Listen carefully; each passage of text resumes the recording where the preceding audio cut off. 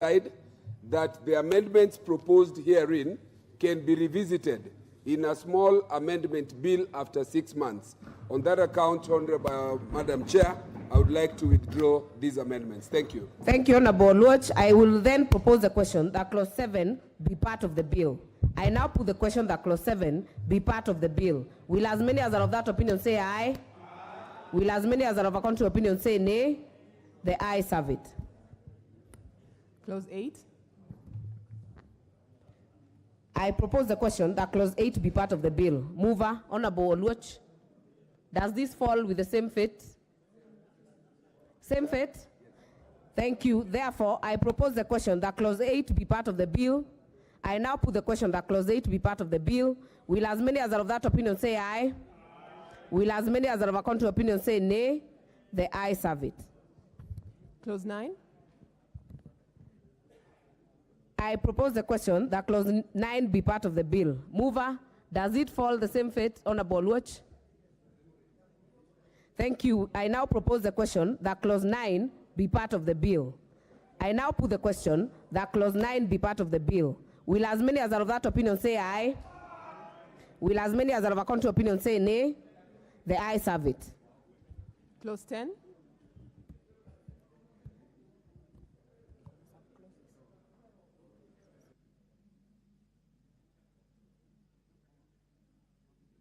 I propose the question that clause 10 be part of the bill.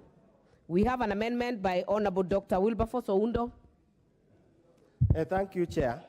You know, as we are very reasonable people who consult widely and make decisions that are in public interest and the interest for the general public. We are not partisan, so to speak. So after consulting the majority leader and the chair of the health committee and the members of the health committee from our side, we have agreed that we'll drop all the amendments I had proposed on this particular bill. Thank you, Chair. Thank you, Honorable Oundo. I like the consultations this morning. I now propose the question that clause 10 be part of the bill.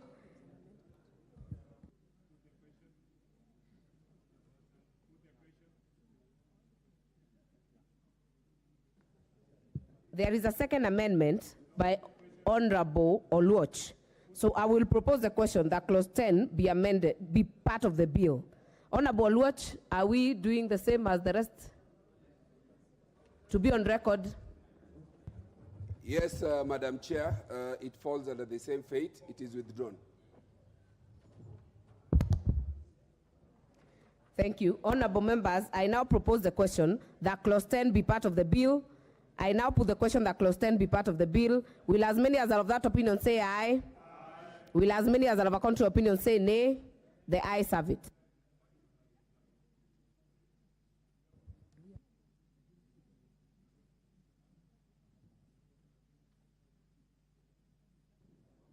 Honorable members, I know there were proposals for amendments in clause 11 to 29. Just be on record, Honorable Oluoch, that all the amendments have been dropped. Same undertaking, clauses 11, 20, 22, and 23. Honorable Oluoch, kindly use the mic next to you to be on record. Thank you, Madam Chair.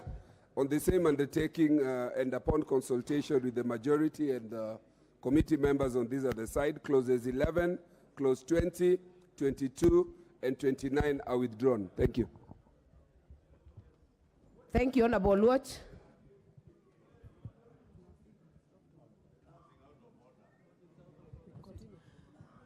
Clauses 11, 12, 13, 14, 15, 16, 17, 18, 19, 20, 21, 22, 23, 24, 25, 26, 27, and 28.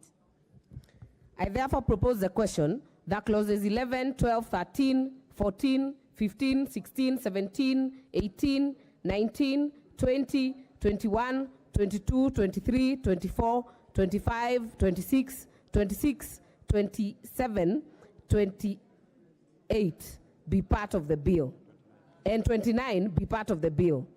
I now put the question that clauses 11, 12, 13, 14, 15, 16, 17, 18, 19, 20, 21, 22, 23, 24, 25, 26, 27, 28, and 29 be part of the bill.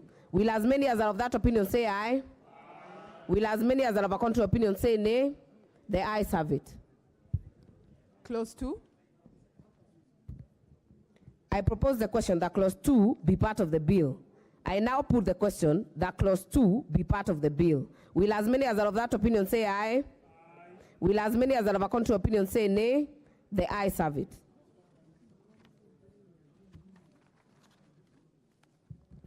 Title.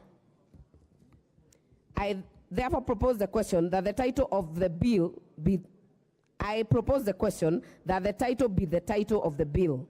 I now put the question that the title be the title of the bill. Will as many as are of that opinion say aye? Will as many as are of a contrary opinion say nay? The ayes have it. Clause 1.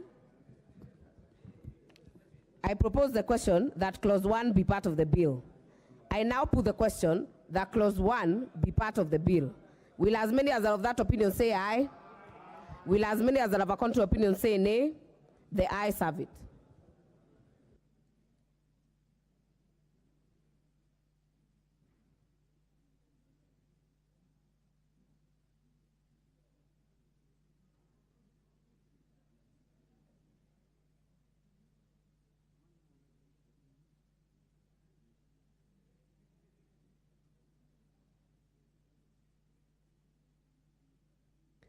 Mover to move reporting.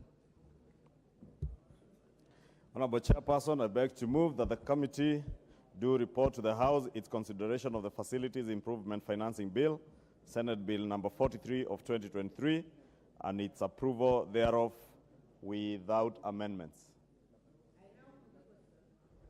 I now put the question, which is that the committee do report to the House its consideration of the Facilities Improvement Financing Bill, Senate number 43 of 2023, and its approval thereof without amendments. As many as are of that opinion say aye.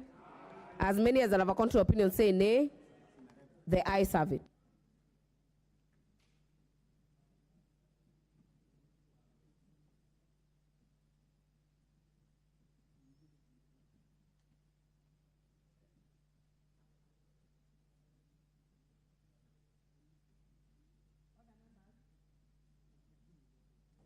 Order, members, for the convenience of the House, we'll go to the next bill. We are now going to consider the Primary Health Care Bill, Senate Bill number 44 of 2023.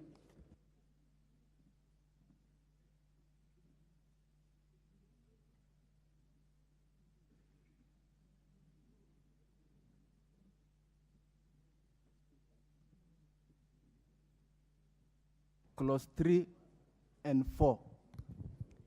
Honorable members, I propose the question that clauses 3 and 4 be part of the bill. I now put the question that clauses 3 and 4 be part of the bill. Will as many as are of that opinion say aye? Will as many as are of a contrary opinion say nay? The ayes have it. Clause 5, 6, and 7. I propose the question that clauses 5, 6, and 7 be part of the bill. I now put the question that clauses 5, 6, and 7 be part of the bill. Will as many as are of that opinion say aye? Will as many as are of a contrary opinion say nay? The ayes have it. Clause 8. I propose the question that clause 8 be part of the bill. There is an amendment by Honorable Anthony Oluoch.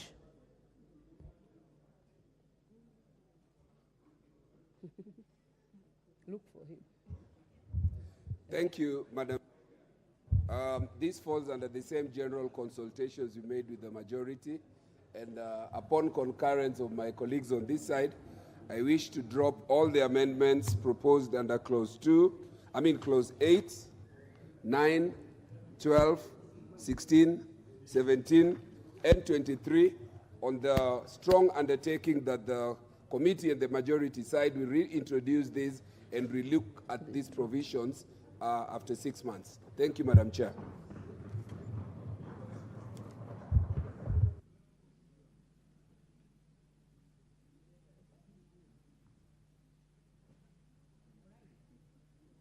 Oluoch, you're on record. I propose the question that clause 8 be part of the bill. I now put the question that clause 8 be part of the bill. Will as many as are of that opinion say aye? Will as many as are of a contrary opinion say nay? The ayes have it. Clause 9. Clause 9 suffers the same fate. I propose the question that clause 9 be part of the bill. I now put the question that clause 9 be part of the bill. Will as many as are of that opinion say aye? Will as many as are of a contrary opinion say nay? The ayes have it.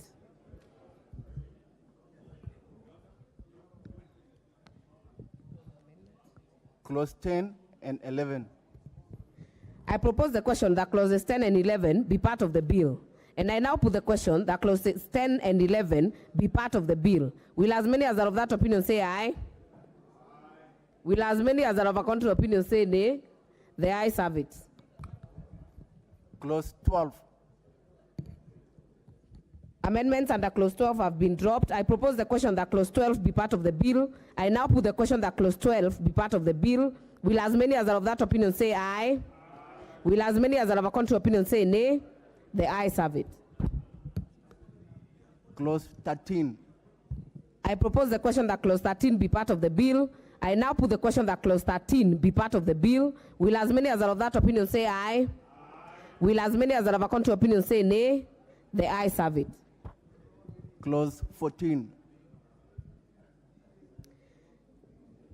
I propose the question that clause 14 be part of the bill. We have an amendment by Honorable Oundo. Chair, in view of our previous discussion, in respect of this, I draw all the amendments in respect of this bill that's on clause 14 and clause 19 for record purposes. Thank you, Honorable Oundo. I now put the question that clause 14 be part of the bill. I now put the question that clause 14 be part of the bill. Will as many as are of that opinion say aye? Will as many as are of a contrary opinion say nay? The ayes have it. Clause 15. I propose the question that clause 15 be part of the bill. I now put the question that clause 15 be part of the bill. Will as many as are of that opinion say aye? Will as many as are of a contrary opinion say nay? The ayes have it. Clause 16. This amendment, I propose the question. It's on record that the amendment proposed by Honorable Oluoch under this one has been dropped. So I will propose the question that clause 16 be part of the bill. I now put the question that clause 16 be part of the bill. Will as many as are of that opinion say aye? Will as many as are of a contrary opinion say nay? The ayes have it. Clause 17. Again, it's on record. The amendment here has been dropped. I will propose the question that clause 17 be part of the bill. I now put the question that clause 17 be part of the bill. Will as many as are of that opinion say aye? Will as many as are of a contrary opinion say nay? The ayes have it. Clause 18. I propose the question that clause 18 be part of the bill. I now put the question that clause 18 be part of the bill. Will as many as are of that opinion say aye? Will as many as are of a contrary opinion say nay? The ayes have it. Clause 19. Proposed amendment by Honorable Wilberforce has been dropped in this one, so I will propose the question that clause 19 be part of the bill. I now put the question that clause 19 be part of the bill. Will as many as are of that opinion say aye? Will as many as are of a contrary opinion say nay? The ayes have it. Clause 20, 21, and 22. I propose the question that clause 20, 21, and 22 be part of the bill. I now put the question that clauses 20, 21, and 22 be part of the bill. Will as many as are of that opinion say aye? Will as many as are of a contrary opinion say nay? The ayes have it. Clause 23. Again, it's on record. The amendment has been dropped, so I will propose the question that clause 23 be part of the bill. I now put the question that clause 23 be part of the bill. Will as many as are of that opinion say aye? Will as many as are of a contrary opinion say nay? The ayes have it. Clause 24 and 25. I propose the question that clauses 24 and 25 be part of the bill. I now put the question that clauses 24 and 25 be part of the bill. Will as many as are of that opinion say aye? Will as many as are of a contrary opinion say nay? The ayes have it. Clause 2.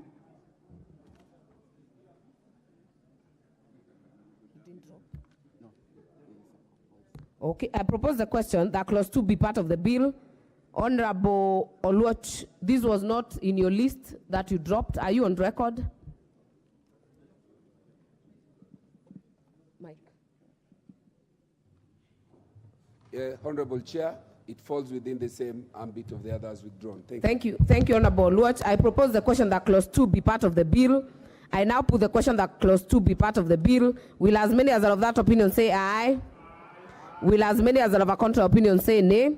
The ayes have it. Title. I propose the question that title be the title of the bill. I now put the question that title be the title of the bill. Will as many as are of that opinion say aye? Will as many as are of a contrary opinion say nay? The ayes have it. Clause 1. I propose the question that clause 1 be part of the bill. I now put the question that clause 1 be part of the bill. Will as many as are of that opinion say aye? Will as many as are of a contrary opinion say nay? The ayes have it.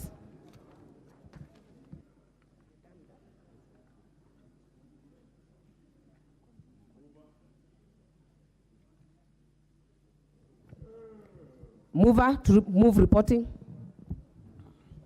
Honorable Chairperson, I beg to move that committee do report to the House its consideration of the primary health care bill, Senate Bill number 44 of 2023, and its approval thereof without amendments. I therefore put the question, which is that the committee do report to the House its consideration of the primary health care bill, Senate Bill number 44 of 2023, and its approval thereof without amendments. As many as are of that opinion say aye. As many as are of a contrary opinion say nay. The ayes have it.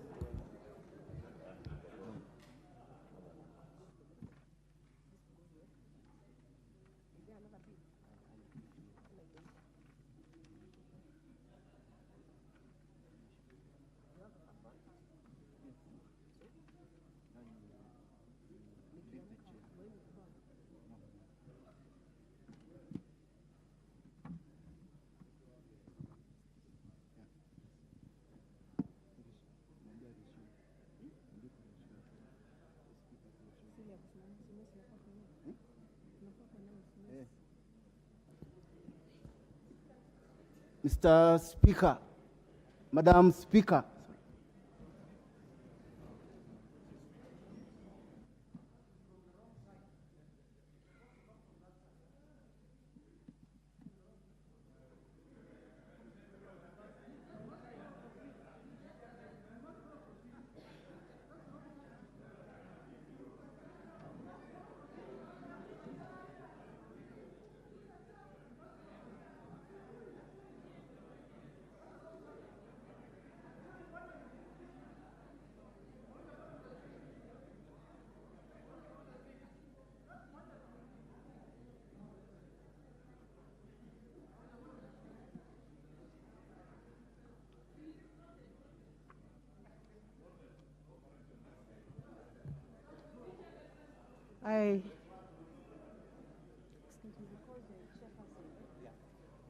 Chairperson.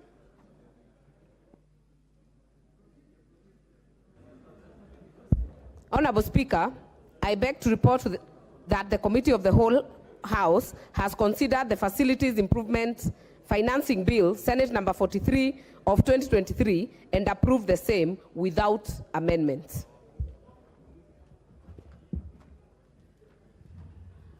Honorable members, I propose the question, which is that the House do agree with the committee.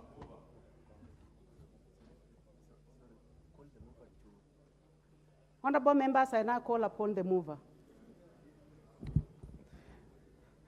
Honorable Speaker, I beg to move that the House do agree with the committee in the said report.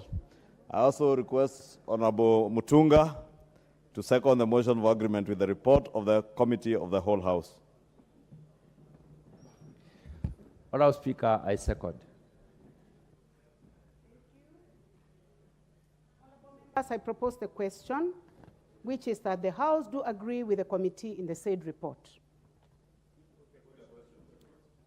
Honorable members, I now put the question that the House do agree with the committee on the said report. As many as are of that opinion say aye. As many as have a contrary opinion say nay. The ayes have it. Mover. Honorable Speaker, I beg to move that the Facilities Improvement Financing Bill, Senate Bill number 43 of 2023, be now read a third time. I also request the Honorable Robert Mbui to second.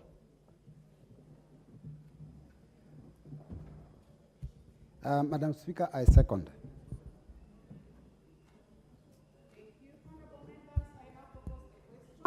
Which is that the Facilities Improvement Financing Bill, Senate Bill number 43 of 2023, be now read a third time.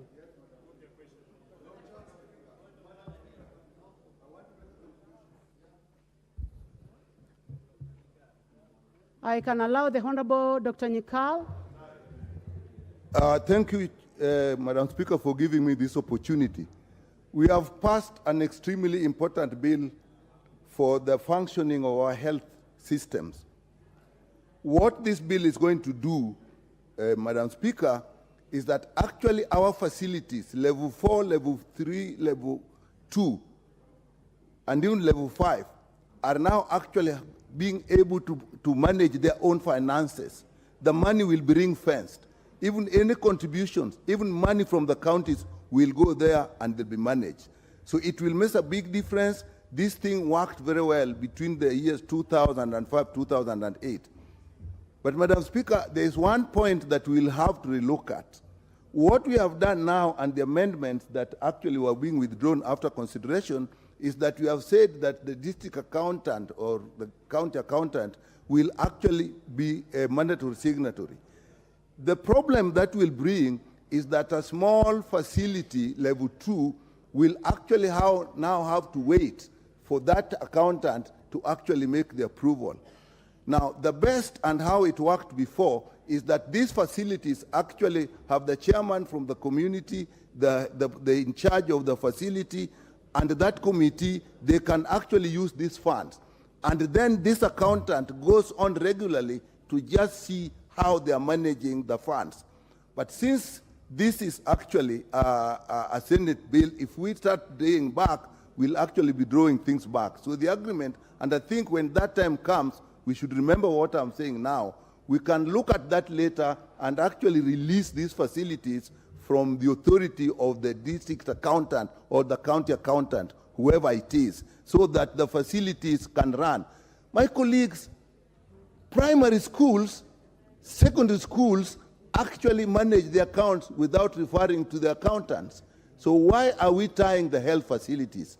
So, but now that we have actually moved one step forward, I think we support, and then when the time comes in 6 months, let us all agree that we'll review and remove that small element so that these facilities can run on their own. Experience showed when I was in the ministry that the things that are run by the community do better than the things that are run directly from a central positions. With that, Madam Speaker, I support.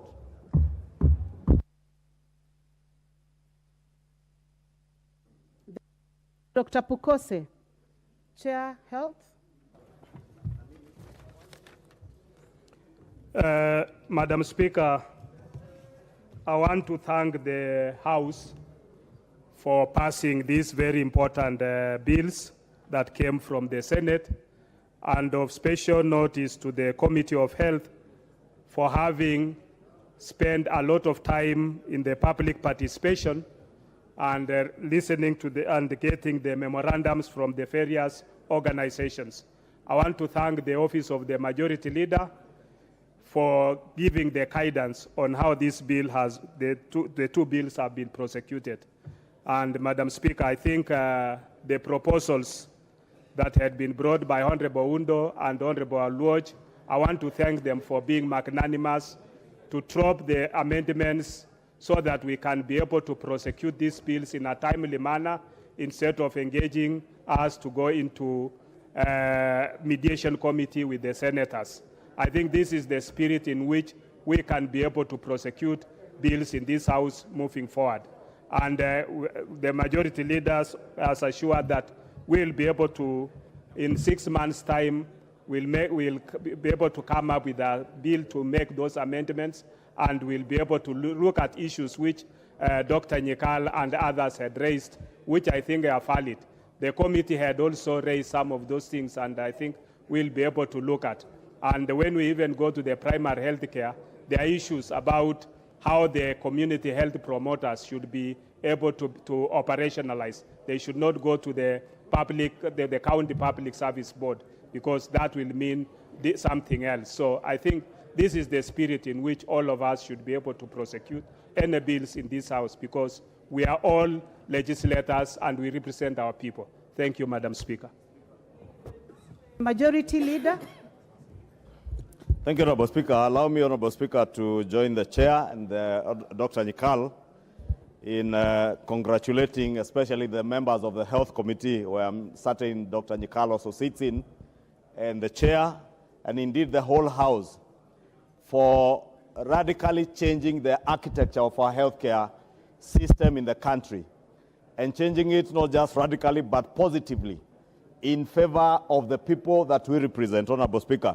And I want to agree with Honorable Nyikal, Honorable Speaker, as he has stated, that indeed there is opportunity for improvements, but also speak to the Ministry of Health and our county governments. Honorable Speaker, in this day and age, there is no reason, absolutely no reason, as to why a small health facility cannot be integrated and to be integrated into the IFMI system, so that even where a district accountant at the sub-county level is a mandatory signatory, the officers at the health facility should not be curtailed from being able to process their payments, because they have to travel to a sub-county headquarters to get payments approved. With the integration of all these health centers, and I want to believe those are some of the issues that the Ministry of Health and our county governments must work on to ensure that all health facilities from level 1 to level 5 are integrated into the IFMI system, so that even the district accountants, who will be mandatory signatories, Honorable Speaker, are able to do their approvals online without necessarily having to engage at the facility level. Two, Honorable Speaker, is to speak to our governors and our county officers, chief officers, and the CECs in charge of health, that as they designate the AIE holders, they will designate at all the facilities from level 1 to level 5, Honorable Speaker, that they do so considering the expertise and skills in the officers at those levels. It not necessarily have to be a medical superintendent who is trained in medicine. They may need to look at skills, people who are trained in finance, accounting. And I don't say that because I'm an accountant, Honorable Speaker, but because you'll be managing finances, it will be important that they do capacity building. Even for the medical superintendents who are medical officers, they may need to give them some little capacity training in terms of financial prudence and financial management, so that they are adequately skilled to cater for the funds that will be under their care. With that, Honorable Speaker, I thank all members for the passage of this Facilities Health Improvement Bill and the other bills, Honorable Speaker, that we're about to consider, plus those that were considered in the Senate last week and approved, even as I thank the Senate for having considered and approved our bills without amendments. Lastly, allow me to thank the Honorable Udo and the Honorable Anthony Oluoch for being magnanimous and dropping the amendments that they had proposed. And as I had committed, including the proposed change of name of the Social Insurance Health Fund that was proposed by Honorable Junet, we shall, in the course of next year, upon maturity of these bills and seeing how they work, have another bill that will make some of those small amendments once we see how they will have worked over those 6 months or so. Thank you, Honorable Speaker. Leader, honorable members, bearing in mind that we debated this bill extensively, I'll give the last opportunity to the Honorable Junet. Thank you, Madam Speaker. Madam Speaker, I want to thank the House for passing this bill. Madam Speaker, as a House, we have passed 4 important health bills in this sitting that we are almost going to a recess to on Thursday. Madam Speaker, as you are aware, there is a huge debate in the country because under the Constitution of 2010, health was revolved. And people are asking themselves whether it was right to devolve health functions, Madam Speaker. Kenyans are asking themselves whether we made the right decisions when we're enacting that constitution by devolving health to the counties, Madam Speaker. Because majority of our health system, our health facilities are not working and functioning in the county level, Madam Speaker. And you know that health care is one of the most important things for any government, Madam Speaker, whether it's a county government or a national government, Madam Speaker. So, Madam Speaker, I hope and pray that these new bills that we have just passed, that are going to be assented to shortly, I hope and pray that, Madam Speaker, they are going to revolutionize the health sector of our country. Madam Speaker, you will not know the importance of health until you become sick. When you get ill is when you realize how important it is to be healthy, Madam Speaker. So, Madam Speaker, I want to ask the House that we have passed many bills in this House, either in healthcare, in education, in ICT, in everything. Madam Speaker, this House must come up with a mechanism on how to assess the implementation of those acts after they are assented. Whether those acts are being implemented for the benefit of the people of Kenya, Madam Speaker. We legislate in this House, and I want to thank the majority leader. He has done a good job for the last 6 months. The first 6 months he was settling down. He was doing a lot of politics, but the last 6 months he has done a good job, Madam Speaker. And if he continues with this trend, the future looks bright for him. Maybe he can be my running mate in the next some few elections to come. So, Madam Speaker, we have, through the implementation committee, this House has a implementation committee, Madam Speaker. The implementation committee of this House must make sure that these bills that we pass in this House are implemented for the benefit of the people of this country, Madam Speaker, so that we don't just give the executive a blank check that we have passed these bills, go and implement it the way you want it. They implement what they want. They don't implement the ones they don't want, the ones that favors them, the ones that don't favor them. Madam Speaker, I want to give this task to the implementation committee to make sure that these bills are implemented. With those few remarks, Madam Speaker, I thank the House for passing the bills. Thank you very much, Honorable Junet. Honorable members, I have confirmed that the House is properly constituted for the purpose of making a decision. I therefore put the question, which is that the Facilities Improvement Financing Bill, Senate Bill number 43 of 2023, be now read a third time. As many as are of that opinion say aye. Aye. As many as have a contrary opinion say nay. The ayes have it. A bill for an act of parliament to provide for public health facility improvement financing, the management and administration of facility improvement financing, and for connected purposes.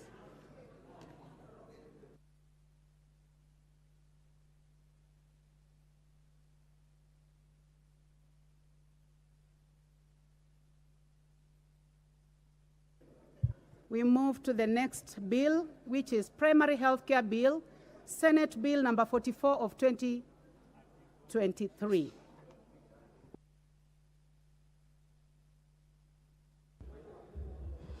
Thank you, Madam Speaker. I beg to report that the Committee of the Whole House has considered the Primary Health Care Bill, Senate Bill number 44 of 2023, and its approval thereof without amendments.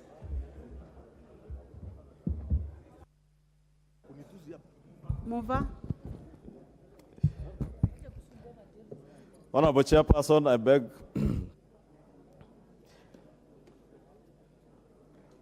to move that the House do agree with the committee in the said report. I also request Honorable Keeley to second the motion for agreement with the report of the Committee of the Whole House.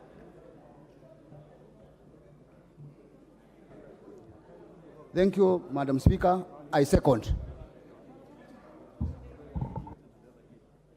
Thank you, Honorable Carrizo. Honorable members, I propose the question, which is that the House do agree with the committee on the said report. May I go ahead and put the question? Honorable members, I put the question, which is that the House do agree with the committee in the said report. As many as of that opinion say aye. As many as of a contrary opinion say nay. The ayes have it. Mover. Honorable Speaker, I beg to move that the Primary Health Care Bill, Senate Bill number 44 of 2023, be now read a third time. I also request Honorable Irene Mayaka to second.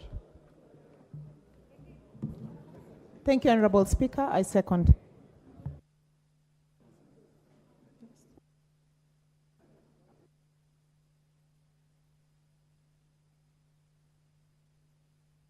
Honorable Irene Mayaka. Honorable members, I now propose the question, which is that the Primary Health Care Senate Bill number 44 of 2023 is now read a third time. I can give a few members to make comments. I will give the first opportunity to the Honorable Justice Kemei, member for Sigowet Soloin. I think the Honorable Justice Kemei, you are not aware? The Honorable James Nyikal. Chair, Madam Speaker, once again, let me just try to emphasize the importance of this bill, which we are passing into a law today. Madam Speaker, this is what is going to link the community with the health system. Madam Speaker, as leaders in our own rights, the community health promoters or health workers are actually the basic link. And I would appeal to all of us to actually support them and ensure that they are actual community members. These are people that should not be actually be transferred. They should belong to the community. And once again, Madam Speaker, I'll propose that when the time comes, we need to link this bill, because these primary health care promoters will work very effectively if they are also linked with the financing of level 2 and level 3, because these are the people they are going to work through, so that when we make those committees for level 2 and level 3, it is important that we actually incorporate the primary health care, the community health promoters or community health workers. If we do that, we will see a very big change. This is what actually led Ethiopia to lead. That is what made the current director of World Health Organization from Ethiopia get the job. So if we follow this route, we are going a long way, and Madam Speaker, I support. I would like to give the Honorable Justice Kemei.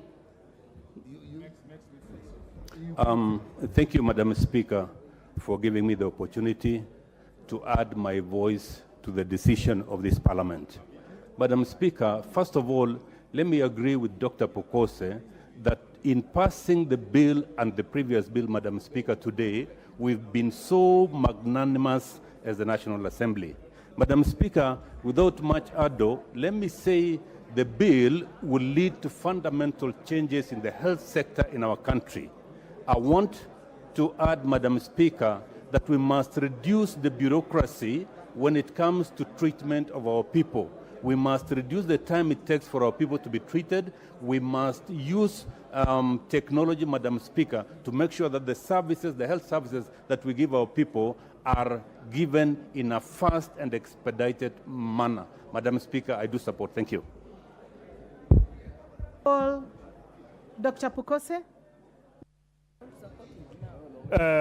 Madam Speaker, I once again want to thank the House for passing this bill, and more so my Committee of Health for the time they put to make sure that this Senate bill is processed and passed without amendments.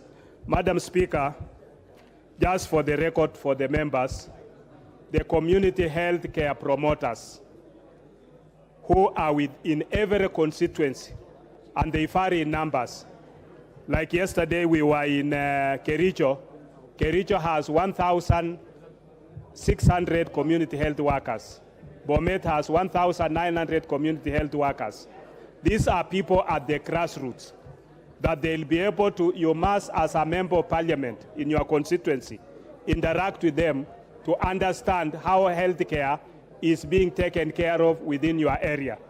And these are key people in terms of early diagnosis of disease, prevention of disease, and also how they can be able to refer one patient from one level of care to another.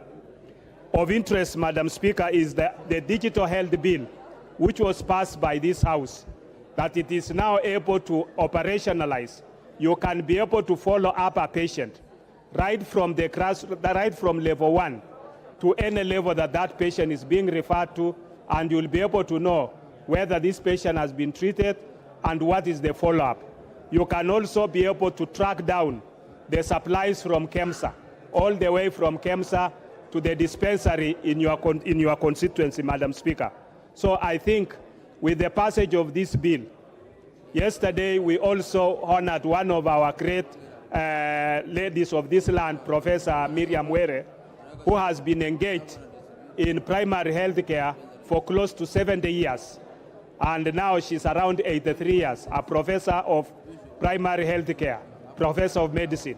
So I think, Madam Speaker, these are things that we should be able to interact. And I know with this, if we are able to put this in place, then this country healthcare system will be transformed. Just to quote the words of the Deputy President yesterday, he says that the results of this will be out in the next 6 months or so, and we'll be able to see how our healthcare system within our country has transformed from what it is to a better place. With those few remarks, Madam Speaker, I support. Dr. Pukose, the Honorable Gikaria.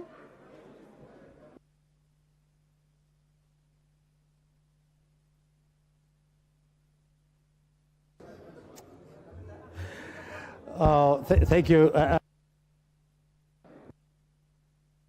Yeah.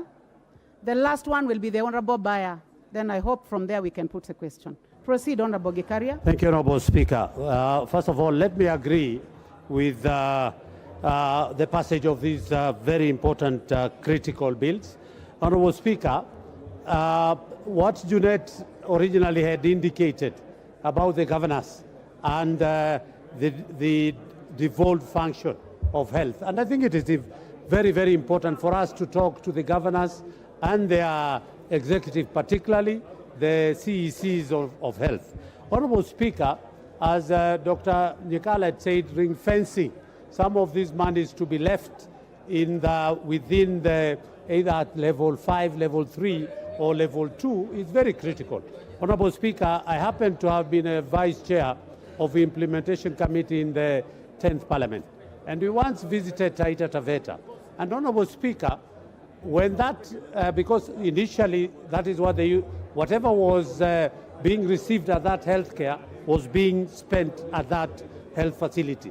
But when it was removed by the then governor, Honorable Speaker, the whole that healthcare facility collapsed. So I totally agree that this is a very critical issue, and particularly to the counties. Since this is a devolved function, it is important for the governors to look critically at these bills, and when it becomes, of course, to an act, for them to be able to, and particularly, Honorable Speaker, about the emergency cases. Sometimes you find an accident, and sometimes they are not treated. So again, this is going to address that, and I totally agree. I want to thank you, Honorable Speaker, and concur with all the other members. Thank you.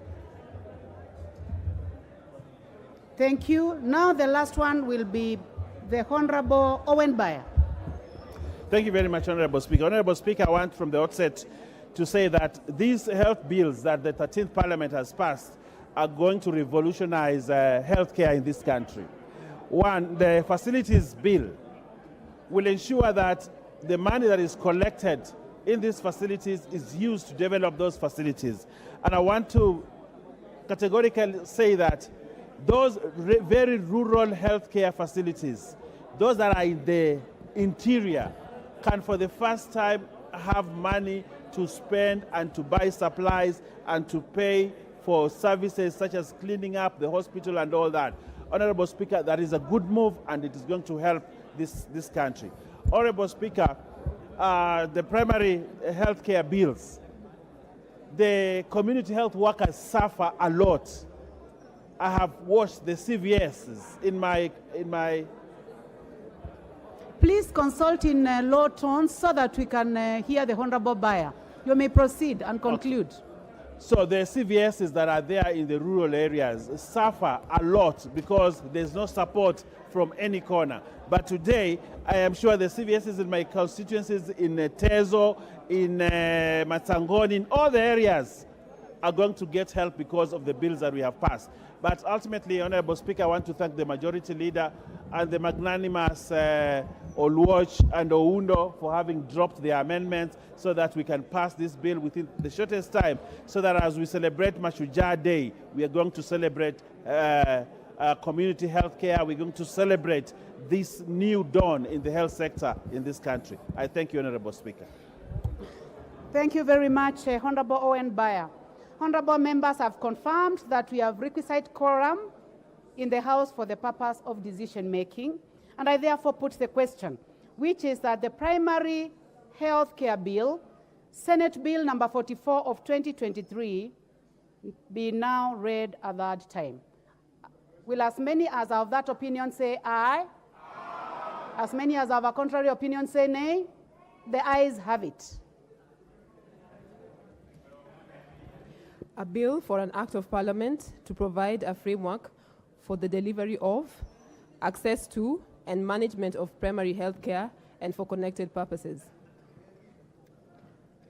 Order number 10, motion, petition on probable loss of investment in Cytonn high yield solution platform. Honorable members, this motion had been moved by the Honorable Nimrod Mbai and had been seconded, and now it is continuation of debate. It has a balance of 2 hours and 18 minutes.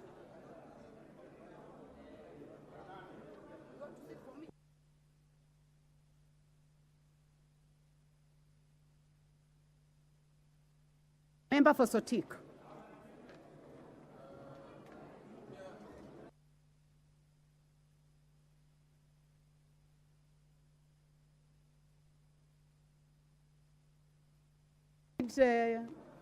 Your part on this motion. What is out of order, Honorable Mbai? You are the mover of this motion. Please, can you give the Honorable Mbai the microphone? Thank you, Madam Speaker, for the opportunity. I only had one reason for my idea to speak to the bill. When we moved the motion, the petitioner, Honorable Atandi, had an issue with, when we moved the motion, the Order, Honorable members. Order, Honorable members, the consultations are too high. It is difficult for me to hear what the Honorable Mbai is saying. Well, bearing in mind that this is his motion, I would like to ask that you consult in lower tones. Yeah, thank you, Madam Speaker. I was saying that when I moved the motion, the petitioner of the motion, which has a lot of attachments to the country and to the members, had a request for an amendment to the motion before discussion. So without urgency, I would request that we allow Honorable Atandi to move his amendment, which as a committee we support. Thank you, Madam Speaker. Very much, Honorable Mbai. Honorable members, I now give an opportunity to the Honorable Atandi to move the amendment. Thank you, Madam Speaker. Thank you, Madam Speaker. Before I move the amendment, Madam Speaker, I want to say that the amendment is basically to reorganize the report to make it more effective for the agencies that we are asking to take to investigate this matter. So,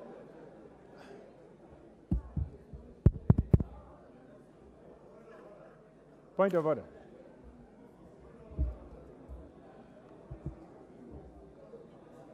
I'm allowing the new speaker to settle.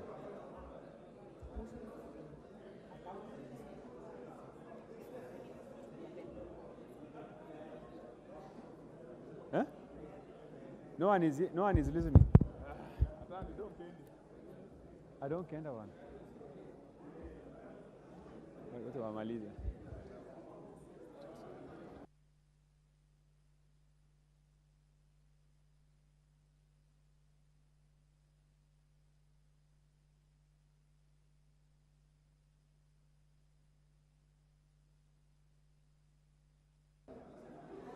Thank you. Madam Speaker, I was giving you time to settle. Before I move my amendment, I wanted to say, Madam Speaker, that the microphones are not good.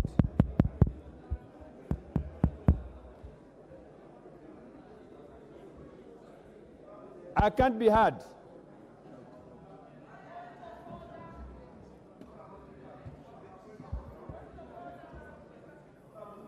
Order, members. Honorable Catherine Omayo, I know that seat is very attractive, but kindly let the members take their seats. Yeah. You are blocking the speaker from the person on the seat. It's actually disorderly. Is the microphone better, Honorable Atandi? Yeah, I think this is fair. Madam Speaker, wait, Honorable Atandi. Majority Leader, what is out of order? Honorable Speaker, everything is out of order. Everybody is standing. Order, members. The consultations are too loud.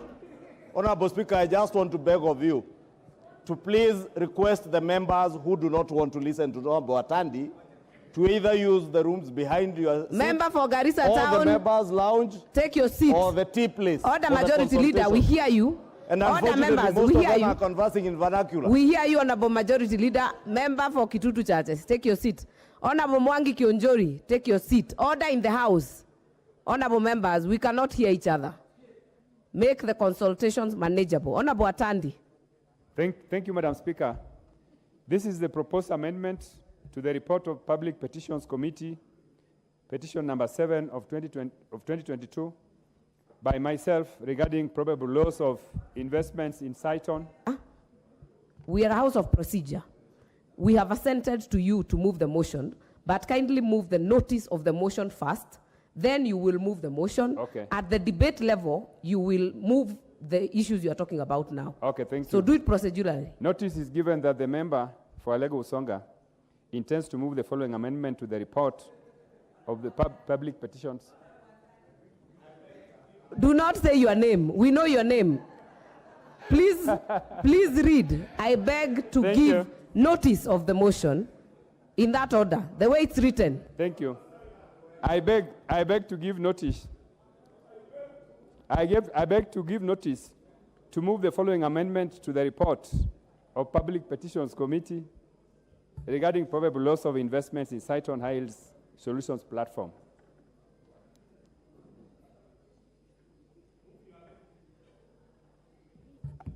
That the motion be amended by inserting the following words. Subject to insertion of the following new recommendation number 4, after the expression 2023, the Directorate, number 1, the Directorate of Criminal Investigations undertakes thorough investigations on the matters listed here under within 90 days from the date of the adoption of the report. A, affairs of Cytonn, particularly on matters raised in this petition, and prefer criminal prosecution against any person found culpable. B, the relationship between officials of Cytonn and the Capital Markets Authority between the period 2015 and 2021. C, the business dealings of the 49 special purpose vehicles, including the assets and liabilities, if any. And D, the business dealings of Mr. Edwin Harold Dande, including his assets and liabilities. Number B, numbering paragraph 4, appearing on page 32 of the report as paragraph 5. Wait, Honorable Atandi, what is out of order, Honorable Junet? Can't you move first the motion? Madam Speaker, I seek your guidance that we have a motion that is on the order paper. And Honorable Atandi is moving an amendment. Why can't we first move the motion then the amendment can follow. Honorable Junet, you are totally out of order. This motion had been moved, but we have the Speaker has assented for an amendment of the motion, which is allowed, and that is what Honorable Atandi is moving. Move the amendment. I've already moved the amendment. I move.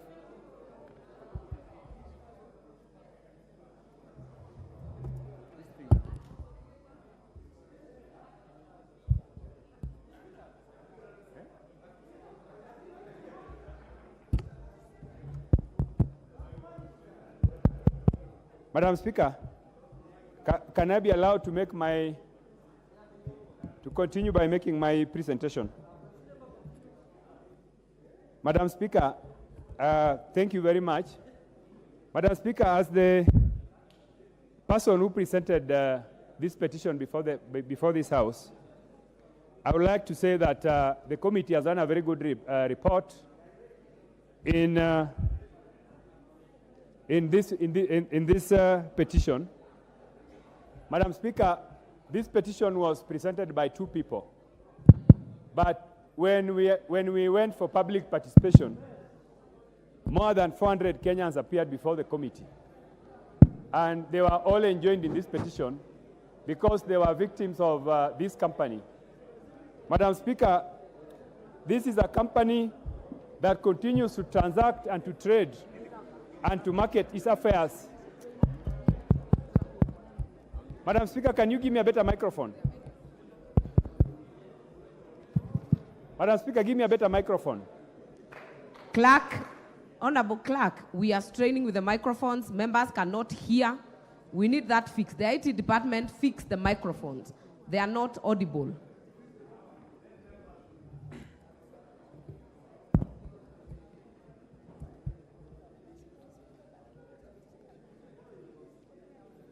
And then, because members, we are straining, kindly keep your consultations down. Yeah. Madam Speaker, this is a very serious petition. I think the first on the floor of this House since the start of this session. And Madam Speaker, I want to say that the reports of this House must mean business to Kenyans. We cannot be a House that basically makes reports and the reports are not acted upon.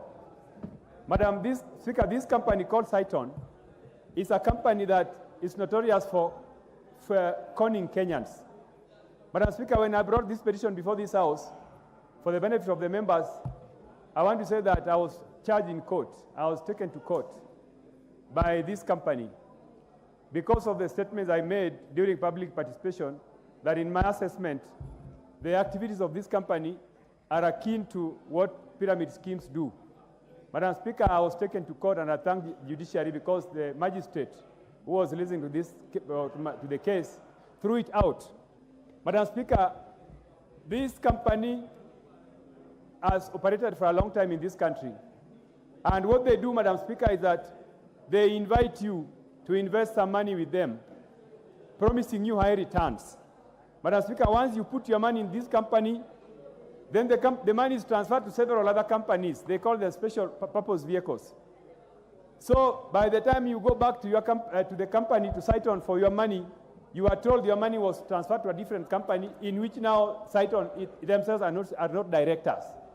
Now you begin to look for your money, you cannot get your money, plus the returns promised. Madam Speaker, it is important to know that this company, the activities of this company has led to death of Kenyans.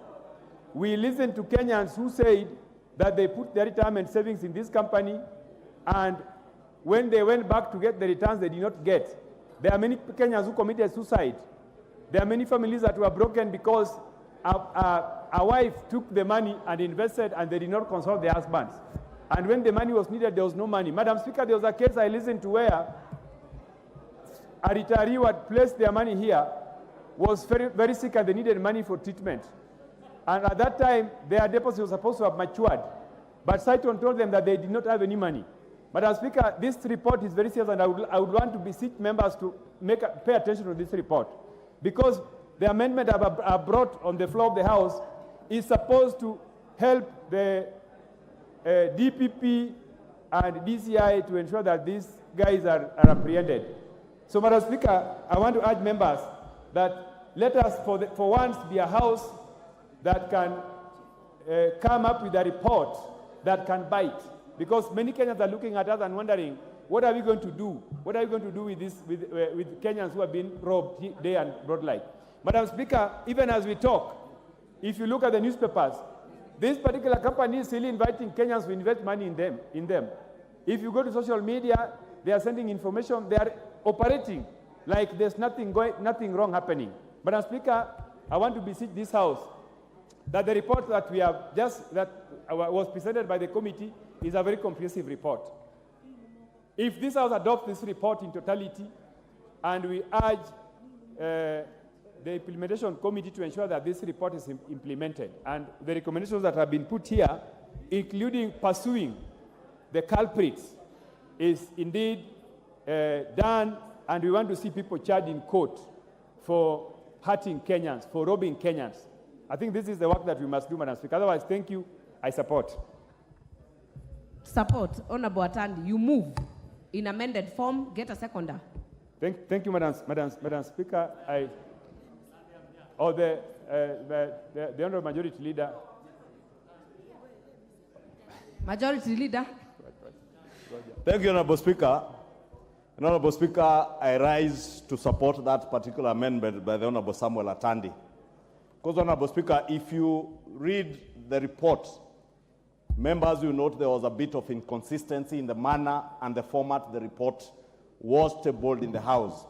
Because in the observations, Honourable Speaker, the committee did find that indeed many Kenyans were defrauded by Cytonn investments and the associated companies. Therefore, Honourable Speaker, in some of the observations, they note even the culpability or the possible culpability of the CEO of Cytonn Investments, one Edwin Dande. Honourable Speaker, maybe just for the record, it's good to note that Edwin Dande was my classmate at the school, in high school. And he's a very intelligent young man, well-schooled. But, Honourable Speaker, our personal relations to people should not override our public duty and responsibility to hold people to account when they defraud the people of Kenya. And that's the reason I rise to support the Honourable Atandi, that indeed the CEO and the management of Cytonn must be held to account for the huge losses that they have occasioned to investors who, as the report says, were enticed in what seemingly was almost a pyramid scheme, promising Kenyans very high returns that under ordinary circumstances, Honourable Speaker, in the money markets you will not be able to do. But they did this, Honourable Speaker, to be able to collect money from gullible Kenyan investors who, as usual, Honourable Speaker, when you are invited to put your money and get a very high return, Kenyans get enticed to put their money with the hope that they will be able to recoup both their investment and the return they were promised. Honourable Speaker, you've heard the Honourable Atandi say that he was taken to court on account of what he said, not outside Parliament, but inside the precincts of Parliament, within the precincts of Parliament, Honourable Speaker. Honourable Speaker, we must, as a House, protect members of Parliament, because our own laws, the Powers and Privileges Act, protects members from what they do in pursuit of their work as members of Parliament. The Honourable Atandi did not present this petition because Edwin Dande comes from his county or his village, or because the petitioners are his friends. The petitioner, Honourable Speaker, as you can see, are Kenyans who petitioned Parliament. And they are petitioning Parliament because they had reached a dead end. They go to DCI, they report, nothing is ever done, Honourable Speaker. Honourable Speaker, today there is a hue and cry. Honourable Speaker, if you protect me from the gracious ladies from Kiambu County conversing in vernacular, led by the member Honourable for Kiambu Amurada, County. I know. Please tell Honourable Amurada we are not in Keep it down. we are not in Kangoya Market in Keep Kiambu. it down. Honourable member, continue with your seconding of the motion. Please advise that we are not in Kangoya Market. We're in Parliament, where people converse in English or Swahili, not in vernacular and distracting debate. Honorable Speaker, I was saying, Kenyans have been defrauded. Today there is a hue and cry in Mavoko County, in Mavoko constituency in Machakos County, because Kenyans who invested their hard-earned earnings in buying land, building houses, have had to see their investments, some their lifetime savings, come down as bulldozers on account of the loss of the case against Portland Cement Company, are demolished. Honorable Speaker, those people did not just fall like manna from heaven on that land. They were conned by people who made them to invest their hard-earned resources in land that did not belong to the purported sellers of that land. And Honorable Speaker, you will see many of them, including political leaders, Honorable Speaker, use what are called squatters in quotes to invade private land, subdivide it, then sell it to gullible Kenyans. Then when their houses are demolished, the same political leaders turn around and accuse the people who are demolishing that they are demolishing people's houses, yet some of them are part and parcel of the rot, Honorable Speaker. The Honorable Samuel Atandi, I was saying, Honorable Speaker, had every right as a member of Parliament to present a petition before Parliament on behalf of Kenyans who have been conned. Honorable Speaker, he's not just Cytonn. In the county of Kiambu, where the Honorable Wanjiku Muratha comes from, and Honorable Alice Nganga, they will tell you about Ekeza Sacco, another pyramid scheme that has defrauded millions of Kenyans. Then what these people do is seek political favors and political power. You see those who defrauded people through Ekeza, as much as before the elections were insulting William Ruto, then Deputy President, today they are all over recording songs of praise to the current president, imagining that they will get protection from the theft they have occasioned from the people of Kenya. We must, Honorable Speaker, as political leaders, decide that if we are fighting corruption, it must be by action. Honorable Speaker, the amendments we just did last week on the Anti-Bribery Act, Honorable Speaker, speaks to some of these issues that the Honorable Atandi is amending to. That corruption is not just in the public sector. Corruption pervades even within the private sector. People are registering companies with big names, well-educated people, some hiding behind big names like bishops, like that one of Ekeza Sacco calls himself a bishop. But you're calling yourself a bishop and defrauding Kenyans. My good friend and former classmate Edwin Dande of Cytonn is a very well-educated Kenyan who went to the Alliance High School, proceeded on to a good university in the United States, came back to work in Kenya. But you cannot come back to Kenya and use your education to defraud gullible Kenyans. And this House must stand with Kenyans who are being conned.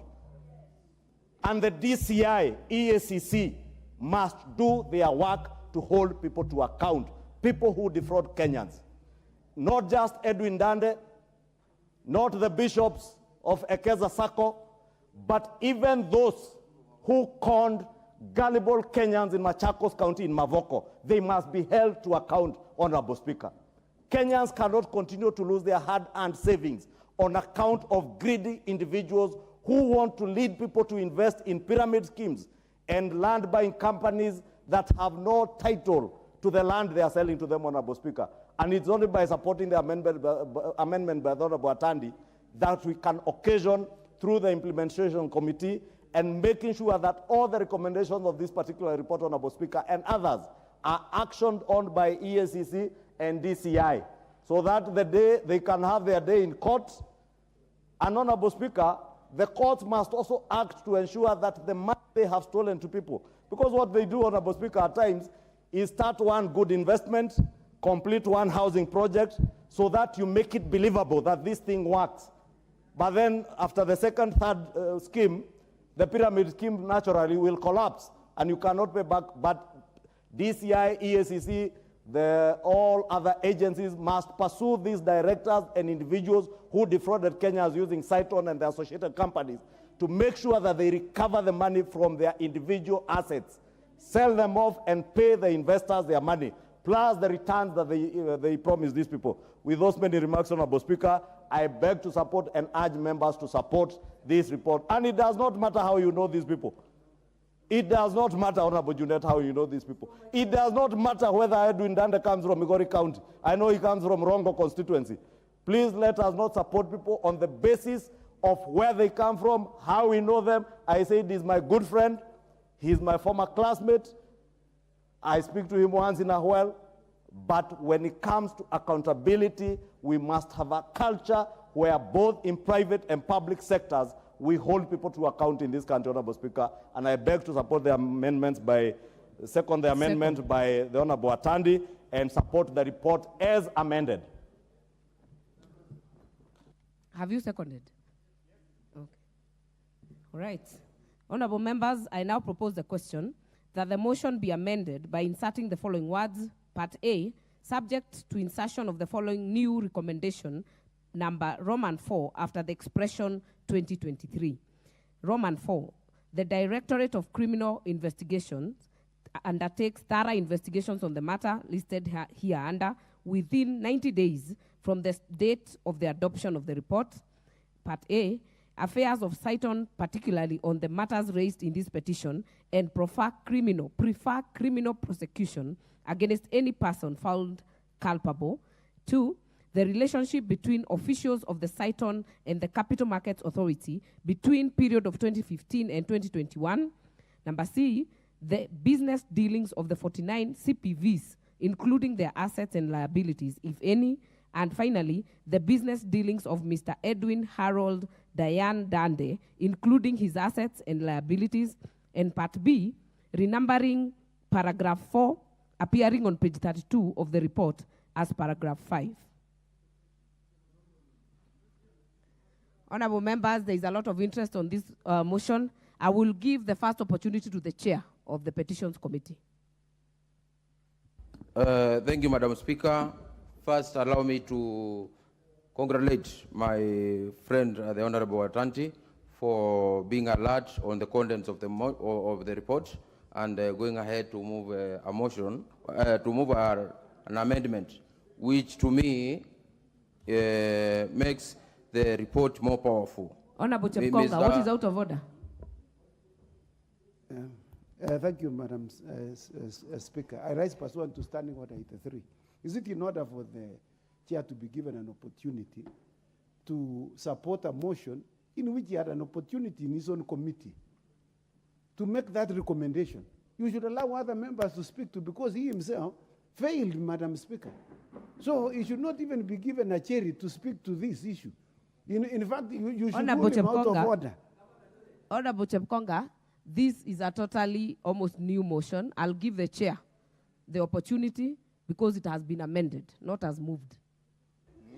Yeah, thank you, Madam Speaker. Madam Speaker, it's good for it to get to the knowledge of the Honorable Chepkonga that when a report is tabled before this House, it becomes the property of the House, but not the committee. So I'm just a member like Ken Hather when it comes to the report because it has already been checked in to the House. Mr. Speaker, I was saying that I want to appreciate my friend, the Honorable Atandi, for being alert to the contents and especially the structure of the motion, Madam Speaker. Madam Speaker, if you look into the report, what has happened in the amendment is that the responses to the prayers by the petitioner have been moved to the committee recommendations part, which as a committee we totally agree with, because it's a matter of restructuring the structure of the content. Madam Speaker, allow me secondly to call this to the whole House. Honorable Atandi brought a petition on behalf of 3 people, 3 Kenyans. But when we went down deeper to the whole thing, Madam Speaker, we found out that over 4,000 Kenyans have been defrauded through this scheme. And I would inform the House that I totally believe, I'm 100% certain, that each and every constituency has someone who has been defrauded. So it's a matter of concern to all the members, to the membership of the House. One of the reasons, Madam Speaker, we always have an option to table the report and get it forwarded to the Committee on Implementation. But on this one, we decided, Madam Speaker, to move a motion so that we can allow a broader discussion from the committee, a broader discussion by the House, because it's an issue of concern to Kenyans. It has been on papers, it's on social media. It is not something that would have been pushed a report from one committee to the other committee. I thought it was important we thought it was important as a committee to have the whole House discuss it and also adopt it so that it can be stronger than the way it came from the committee. Secondly, Madam Speaker,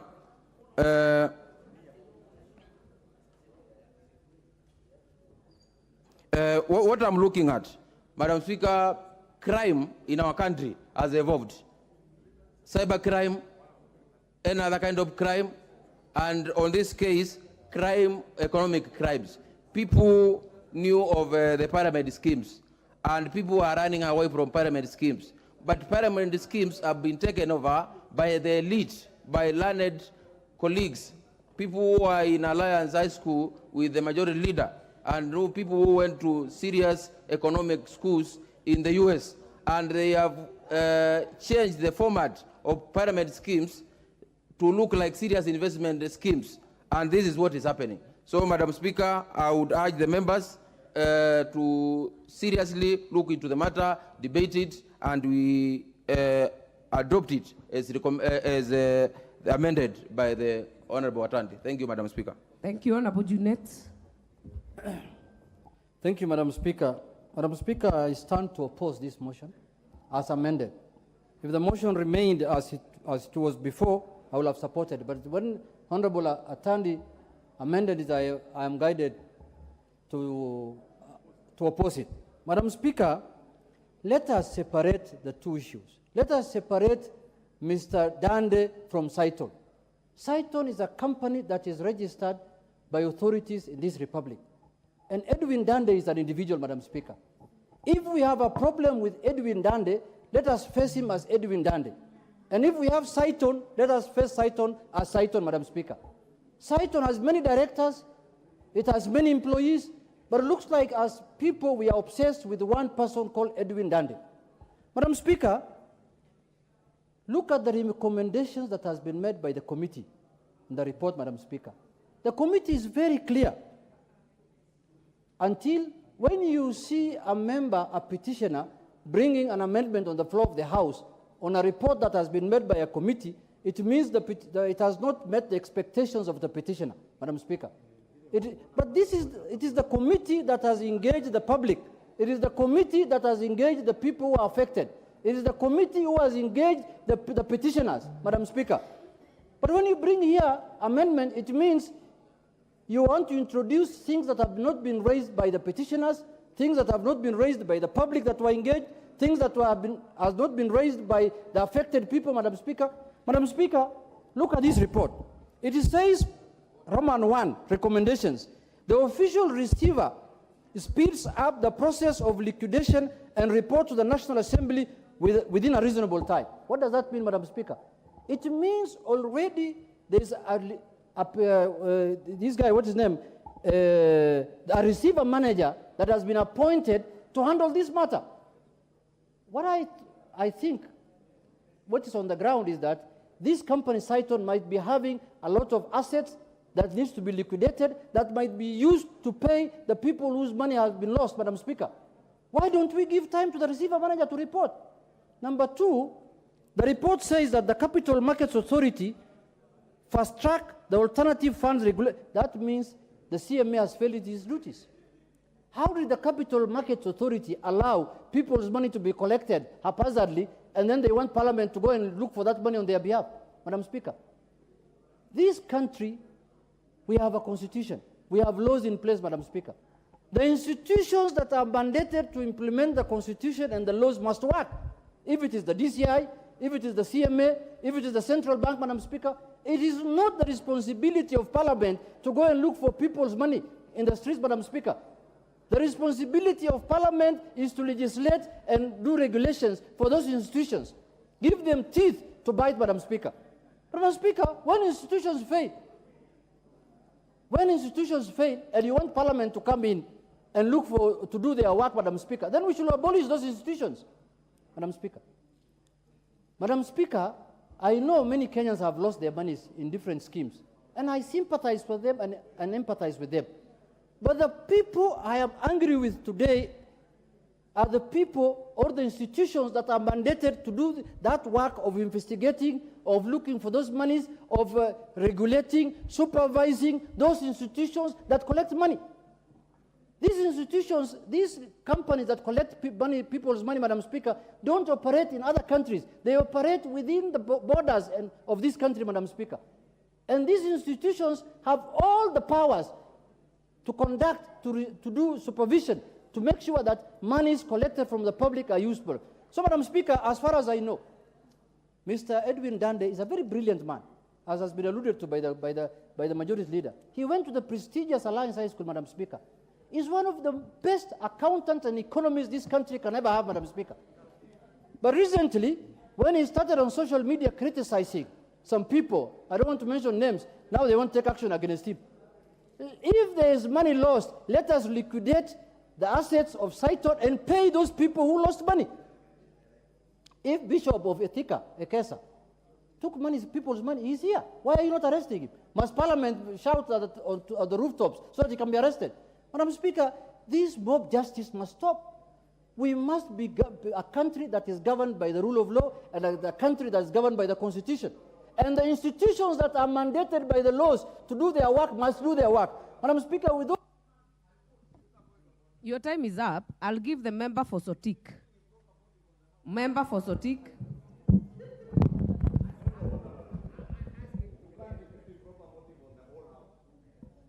Madam Speaker, I rise to support this amendment because, Chair, I think, as the majority leader has mentioned, this country must come back to normalcy. We must be able to punish those people who have siphoned money from the poor. And, Chair, I want to support what our majority leader has said. I was shocked to look at, to watch in the TV the issues of Machakos. The people who are suffering are the poorest of the poor. And these people are innocent. We are punishing the wrong people. And therefore, Madam Speaker, I want to say that we must support the people who brought this government to power. Because the bottom-up approach which this government has taken is those people who are down there. So, Madam Speaker, I want to support the amendment by Mheshimiwa Atandi so that we can move forward. Thank you, Madam Speaker. Thank you. The next chance will go to Honorable Susan Kiama. Thank you, Madam Speaker. I wish also to put my voice to this particular motion. What is out of order, Majority Leader? Honorable Speaker, I rise on standing under 87-4. For the benefit of the House, Honorable Speaker, that says no member shall impute improper motive to any other member or to a senator except upon a specific substantive motion of which at least 3 days notice has been given, calling in question the conduct of that member or senator. Honorable Speaker, as much as the Honorable Leader of Minority Whip, Junet Mohammed has completed his contribution, but there is something, Honorable Speaker, that should not escape the attention of the House. that he imputed improper motive not on just a member, but the entire House. If you listen to him, Honorable Speaker, he said that this mob justice must cease. Honorable Speaker, the mob justice that he was alluding to is the amendment by the Honorable Atandi that is being debated by this House, Honorable Speaker, and the report of the House.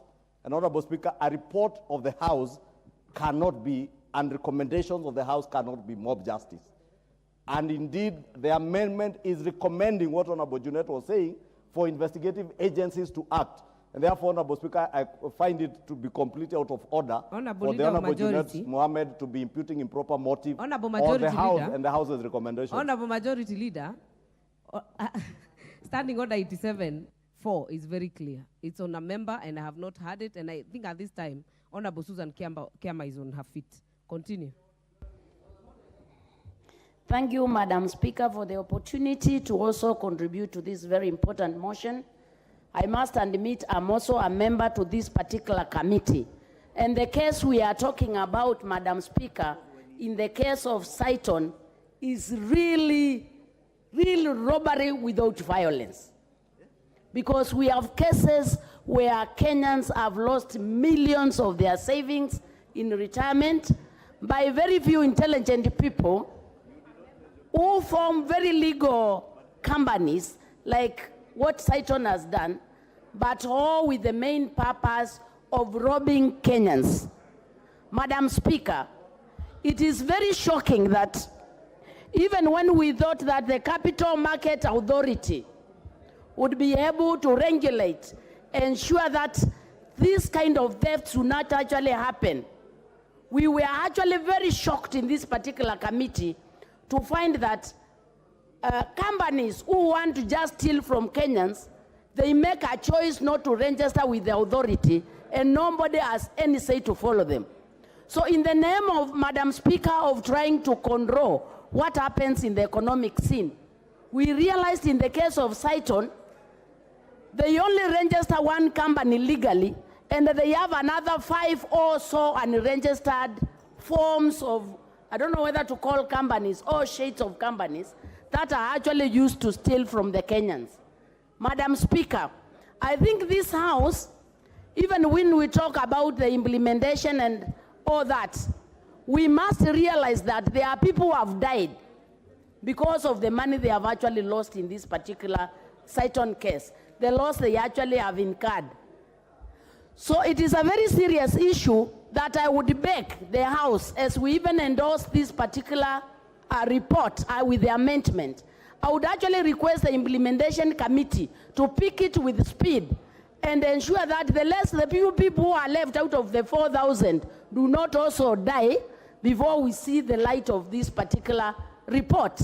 Secondly, I've heard one of the honorable members say that it seems like now, and we are really realizing that from the public petition committee, when most of the Kenyans have to report their cases to Parliament, what does that tell us about the agencies we have set to ensure that Kenyans get a fair share or enjoy their rights? It is very unfortunate. We have the ESCC, we have the DCI, but now the public petition committee is turned to a court because most of these cases are not being addressed. And I wish this House, we ask ourselves this question: what is wrong with our system? What is not working? And how can we improve it? So, Madam Speaker, I would wish this House treats the adoption of this report and even implementation as an urgent matter. Because out of the 4,000 people who are affected, some are dead, and the few are alive. Because some took their retirement, and all of it, 10 million, 15 million, somebody puts it in Cytonn, and you are told you have nothing, even including that House. So I pray, and I'm sure my committee members agree with this, I pray that this report is not only endorsed by this House, but the implementation committee picks it with urgency, so the recommendations we have given goes into action. Thank you, Madam Speaker. Thank you, Honorable Susan. Remember, members, we are debating the motion as amended by Honorable Atandi. The next chance will go to the member for Molo, Honorable Kuria Kimani. Thank you very much, Honorable Speaker, and I would like to congratulate my colleague, the Honorable Member for Lagos, Honorable Atandi, for bringing this to the attention of the House and the Public Petitions Committee for executing this report, this petition, Honorable Speaker. Kenya, Honorable Speaker, has become a place where people are getting overly concerned about their savings and their investments. Cytonn was and has been for many years where many Kenyans thought they had the solution to home ownership, to a project that will earn them a decent income. So to see this institution go down with billions, if not billions of shillings of these Kenyans is very disheartening. Honorable Speaker, we were treated the last few days to tears as we saw those excavators bringing down homes of people in Athi River, in Machakos County, Honorable Speaker. People have taken mortgages, people have taken loans, people have had their life savings go down into ashes as they watch. And this, Honorable Speaker, is the saddest thing that is happening in this country, Honorable Speaker. But who do we put to account for this? The decision by, or the amendment by Honorable Atandi to have this Mr. Edwin Harold Diane Dande personally liable as part of the committee recommendations is a very welcome idea, Honorable Speaker. Because what you've seen these people do is that they will open a company. They are very quick in making very lucrative advertisements all over social media, all over main print media, all over TV. They're very quick to make to have these celebrities do endorsements and tell us how good these companies are. And once they realize the returns they want, they quickly fold out the company. They run down that company. They sink that money. They use that money to live their luxurious lives. Then they reorganize themselves again and open a different company and do the exact same thing. And we've seen this, not just Cytonn. Cytonn did it big time. But Honorable Speaker, quote unquote, we have all these buroti maguta advertisements going on in especially our vernacular radio stations and our TV stations. And once you go to establish whether these pieces of parcel actually exist, most of them do not exist. People have made deposits for land, people have made payments for land, but when they go to seek where this land actually is available, then they realize that that land is not there. When they go to take their title deeds, they are treated to stories and they never get their title deeds. So I will urge the Committee on Lands, Honorable Speaker, in their oversight role in the duties of whether it's a land commission, all these agencies that are concerned about matters of land, to take this particular issue seriously and investigate all the other companies that are going down with people's savings, Honorable Speaker. Honorable Speaker, the Committee of Finance and National Planning is coming up with a bill for regulating land buying companies. Because as you would expect, any institution that takes deposits from Kenyans, then they would have to be registered with a particular statutory organization. And key point is SACCOs. So if you want to take deposits, you have to be registered as a SACCO, and that way you become regulated by SASRA. But you have these land buying companies that are taking deposits from Kenyans and using that deposit to promise that they're going to buy land. But what regulation are they regulated on? So we have those businesses out there who are taking deposits from Kenyans, but any statutory body is regulating how they're taking that land deposit and what they're doing with that deposit, Honorable Speaker. So I really welcome the amendment. I was wondering at what point we would have to hold a director accountable, and I was checking the Insolvency Act, Section 504, that says whether it is established that the directors of the company acted wrongfully or fraudulently to the detriment of the company's creditors in breach of these duties, the directors can be held personally liable or the wrongful transaction reversed. In this case, Honorable Speaker, this gentleman is personally liable for the losses in Cytonn, and therefore he must be held personally liable, and that I support the amendment by Honorable Atandi. With that, I beg to move, Honorable Speaker. Thank you. Member for Narok, Honorable Rebecca Tonke. Not on this, Honorable Mutunga John, member for Tigania West. Thank you, Honourable Speaker, for the opportunity to also support the proposed amendment by the Honourable Atandi. Honourable Speaker, we are speaking about an issue where more than 4,000 people are affected. And Honourable Speaker, when I look through the recommendations by the committee, I realize that if we talk about the receiver, the speed at which the receiver manager is going to work, how much time is reasonable? It is extending the suffering. Honourable Speaker, even if we say that we are going to fast track, what does fast tracking mean in this country? Honourable Speaker, even if we say that the Capital Markets Authority legislation needs to be changed, how long will it take to change the legislation? And finally, Honourable Speaker, I think we do not have debating alone this issue in the House without giving the Committee on Implementation teeth to bite, or attaching the right institution to do what they are supposed to do is not good enough. Therefore, I support the Honourable Atandi's amendments. Honourable Speaker, oversight does not necessarily mean that we should be looking at the submissions and then compiling the submissions. Oversight is by human beings who have brains that are working. And if the brains are working, Honourable Speaker, they should be able to propose solutions that are going to be realistic so that we stop this kind of stealing from the Kenyans. Honourable Speaker, we are looking at very educated people sitting and planning to steal from the Kenyans. And I want to focus the Kenyans on the name itself. The name reads Cytonn High Yield Solutions Platform. Honourable Speaker, who does not want high yields? We are all going in pursuit for high yields. If we are going in pursuit for high yields, that is a title that entices the Kenyans to look deeper into it and probably even to basically invest. Again, we also look at who is involved. Do they have a name behind them?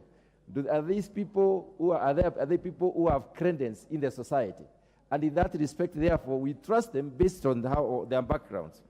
Honourable Speaker, when I look at the Mavoko, as you watched the TV last evening, the suffering of the people at Mavoko, because people who are educated in this country, people who are experienced in investment in this country, sat down to scheme the Mavoko, matter. And people have suffered. I watched this lady as she programmed, she recorded herself going through her house, which was in Robos. Honourable Speaker, it is not fair to subject Kenyans to such issues. We need to strengthen the Capital Market Authority. And before then, Honourable Speaker, I want to propose that the Capital Market Authority opens up a portal for Kenyans to report some of those issues that appear not to performing. Many Kenyans are being conned every day. They do not know whether they're being conned. But when you realize that the title is not coming out, when you realize that there is delays, when you realize that you are getting stories, even from very well-known companies in this country, when you realize that the management is not appearing, after you have finished payment, you realize that management becomes aloof, there is already a problem. We are asking the Capital Markets Authority to open a portal, then we can report some of these institutions that are already stealing from Kenyans. There's a lot of stealing going around, and I think we need to strengthen the Capital Markets Authority. Honourable Speaker, without invoking the powers of the DPP and the powers of the DCI, we will not have finished. We need to invoke those powers so that we can take these criminals to court. For all intents and purposes, these are criminals. So the criminals must be taken to court. We will not get to the end if they have not gone to court. The Committee on Implementation, Honourable Speaker, needs to be able to follow this up to the end to ensure that these criminals are already taken to court. The culprits have paid. The culprits are suffering. They need to be paid their money. Honourable Speaker, how can we help Kenyans? We would like to tell Kenyans to exercise caution whenever it comes to investment. In this particular respect, Honourable Speaker, investment in this country is always, there is always a hand. We need to be careful where to invest. And that is why I would like to strongly propose to Kenyans, from now on going forward, we need to support the government housing scheme, which is clear and guided by the Kenyan laws and protected by the state, where Kenyans can invest and know that their money is going to be useful. Honourable Speaker, without the amendments from the Honourable Atandi, then the Committee on Implementation, the DCI and DPP, and when the courts have no teeth to bite, they needed to be given those teeth. I support. Thank you. Member for Busia. Thank you, Madam Speaker. I am so moved and happy that somebody has keenly cried with the Kenyans. When you look at how Kenyans wake up every day, they spend a lifetime wishing or wanting to own. And that is why the conmen take advantage of the thirsty Kenyans who want to own. Many, many things, including pyramids, have come and gone silently, and Kenyans have been subjected to depression. They have hanged. Some of them are still paying loans. We are witnessing houses being pulled down because somebody used them and took their money, but they have ended up losing. But the person who took the money is alive. We know him, but we just fear because of the connections they have. So this motion by Honorable Atandi is a loud cry for the silent majority who have been affected by this Cytonn thing. So I stand also to support family, because anyone can be a victim, whether you are a have-not or the haves, and it's a high time somebody paid for the price of continuously wanting to siphon Kenyans' money and just fly away and go scot-free. And I also saw somewhere where people were saying the politicians are involved in this and it is going nowhere. But because it is in the House and we are the politicians, why don't we name and shame and the court to take a stand step to make sure that we put this to rest, so that no other Kenyan is sold land or sold property and yet that property belongs to the public, or that property is well known that it was preserved for maybe tourism or airstrip or something. Because we had also an issue where Langata Primary School, they were crying of their own land, but our president took it and we don't know what happened. So when we remove a speck from somebody else's eye, let us also ask ourselves, where have we invested before we pull down somebody's house's property? And that Cytonn company, if there are shareholders with a lot of money, that money should be used to compensate every Kenyan who has lost property, because if their houses are going down and all their life, their children, everybody, maybe their energy was siphoned there, it's being done. You know, this is just too much even for me. I'm imagining I'm that person. Somebody just woke up in the morning and started demolishing my house. They must be compensated, Madam Speaker. Thank you. Thank you, Honorable Gekaria. Thank you, Honorable Speaker, for giving me this opportunity. And I rise to support the motion as amended by Honorable Atandi.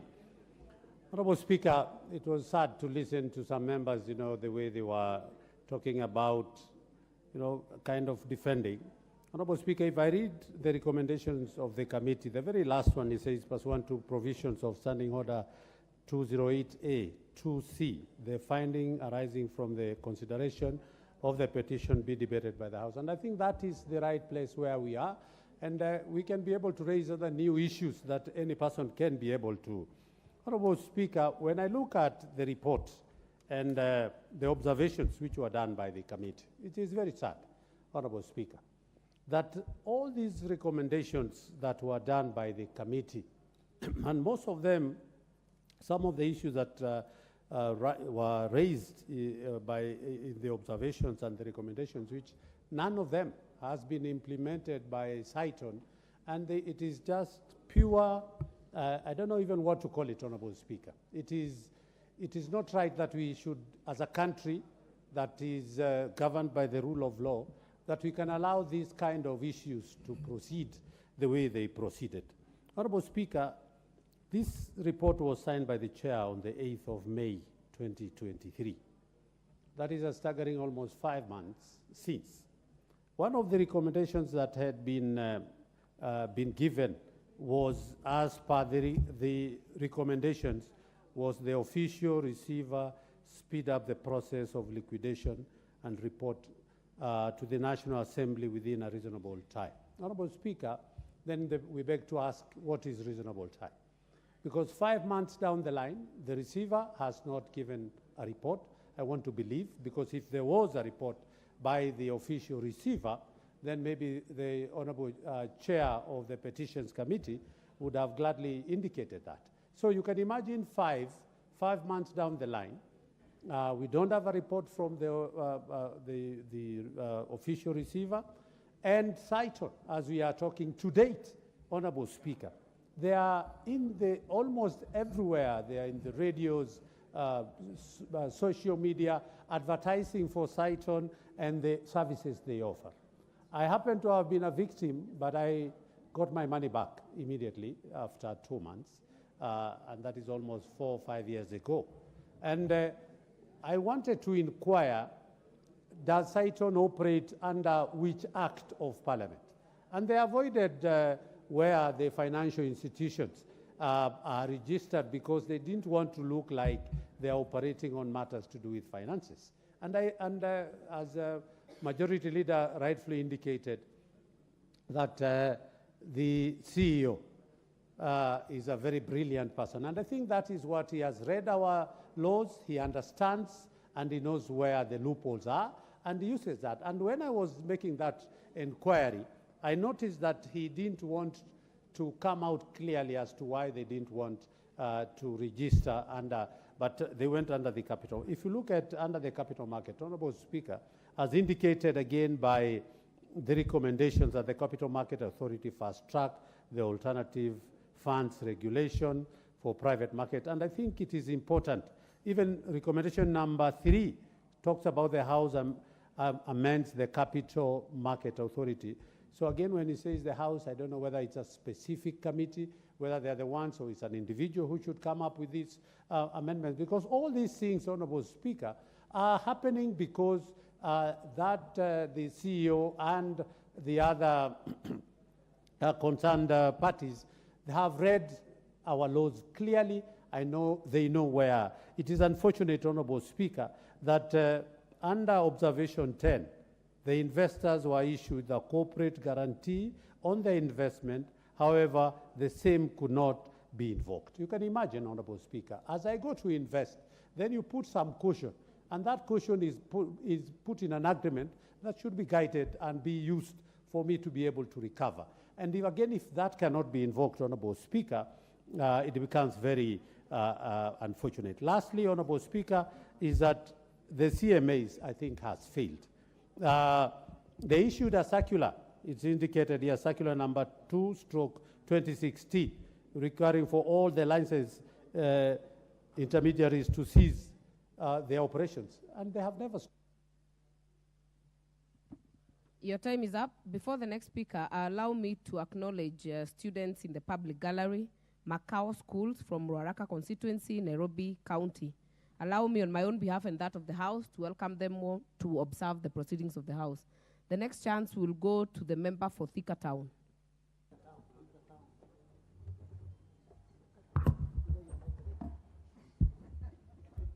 Madam Speaker, I am not ready on this one. I can see Honorable Mashukuru is making sure that you're not ready for this. The next chance will go to the member for Seme, Honorable James Nyikao. Thank you, Madam Speaker. I'm ready for this.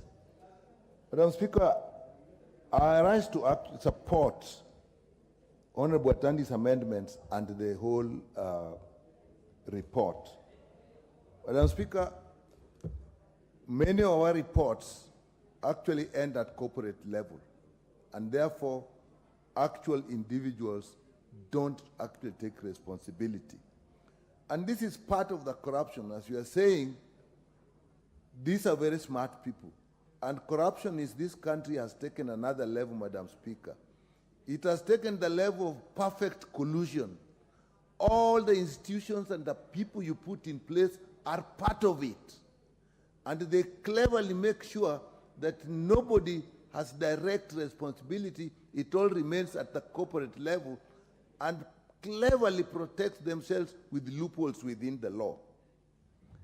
Madam Speaker, the private sector is actually leading in this. In this country, for a long time, we have not been successful in the fight against corruption because we have concentrated in the public sector and left the real root cause of corruption, which is the private sector.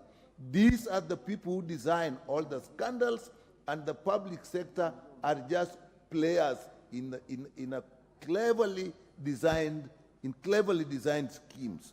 And in this situation where everybody is involved, it is very hard to put individuals to task.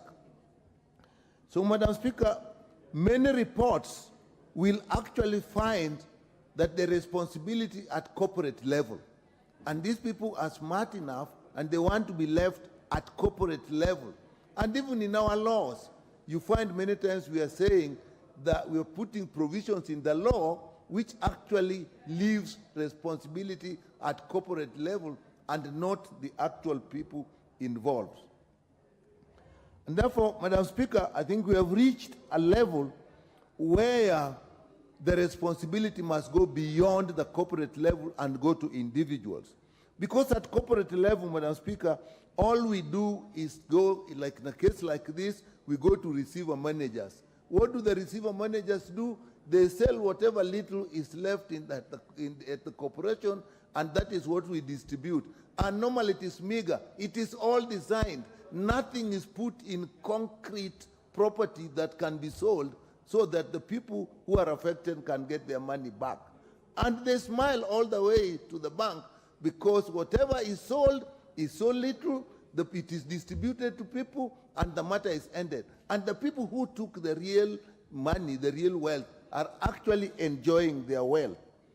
I think we've reached a point in this country, Madam Speaker, that we must go and lift this corporate veil and go for the faces that are actually behind this. And Madam Speaker, this is why I support Honorable Atandi's amendment, because Honorable Atandi's amendment is basically calling for our institutions to go further beyond the corporate level and go for individuals and do it legally. We have the laws that can do that. They have the capacity to do that and find out. It shouldn't be made to look like maybe it's going for a particular person, although one person has been mentioned. But I know there are many people, so that if the appropriate institutions go into details, a lot more people will be found and will be held accountable. And these people have actually property that can actually be sold and given back, paid back to the people that are actually affected. With that, Madam Speaker, I support this report. I particularly support the amendment by Honorable Atandi, so that we look for the people who took the money and they get it back, punish them, get the money back, and compensate those who have lost. Thank you, Madam Speaker. Thank you, Honorable Farah Malim. Mr. Speaker, I stand to support this motion as amended. Mr. Speaker, the core function... I want to confirm it's Madam Speaker. Oh, Madam Speaker, Madam Speaker, Madam Speaker, thank you. I'm sorry, Madam Speaker. I don't know why I missed that. Madam Speaker, the core function of the Capital Markets Authority is to protect investors' resources. And the interest of the investor must be protected because of a law in this country that says limited liability. In law, it says limited liability, which means the separation between the promoters of an outfit, which is a limited liability, and the limited liability entity itself. Given an opportunity for people to hide under that, we will be having one fraud after the other in this country for the longest. And as Nikal has put it, there's something also called lifting the veil. You lift the veil and see the people who are behind that, and then you carry out the investigations. Those security, the Capital Markets Authority is supposed to investigate these things, including going to the sites of the construction and the assets that are held in place. If somebody comes out there and say, we have a piece of land here, we have so many people who want to invest, and so many people, they go to the books of that. The Capital Markets Authority is supposed to go to the books. find out exactly what's happening. And if there's any indication or inclination that there's a fraudulent activity taking place, then the Capital Markets Authority must protect the innocent Kenyans who are innocent buyers for price. The absence of that, when you don't have a Capital Markets Authority that's functioning adequately and very well, then you get into this kind of things. It's a fraud. It becomes like a Ponzi scheme. It becomes a pyramid scheme where somebody starts something and basically gets the impression, puts a very good house there for a few people. When these people buy, everybody comes in, and then you steal the money and you get away with it. The next thing you do is that you hide under what is called the limited liability clause in our laws here.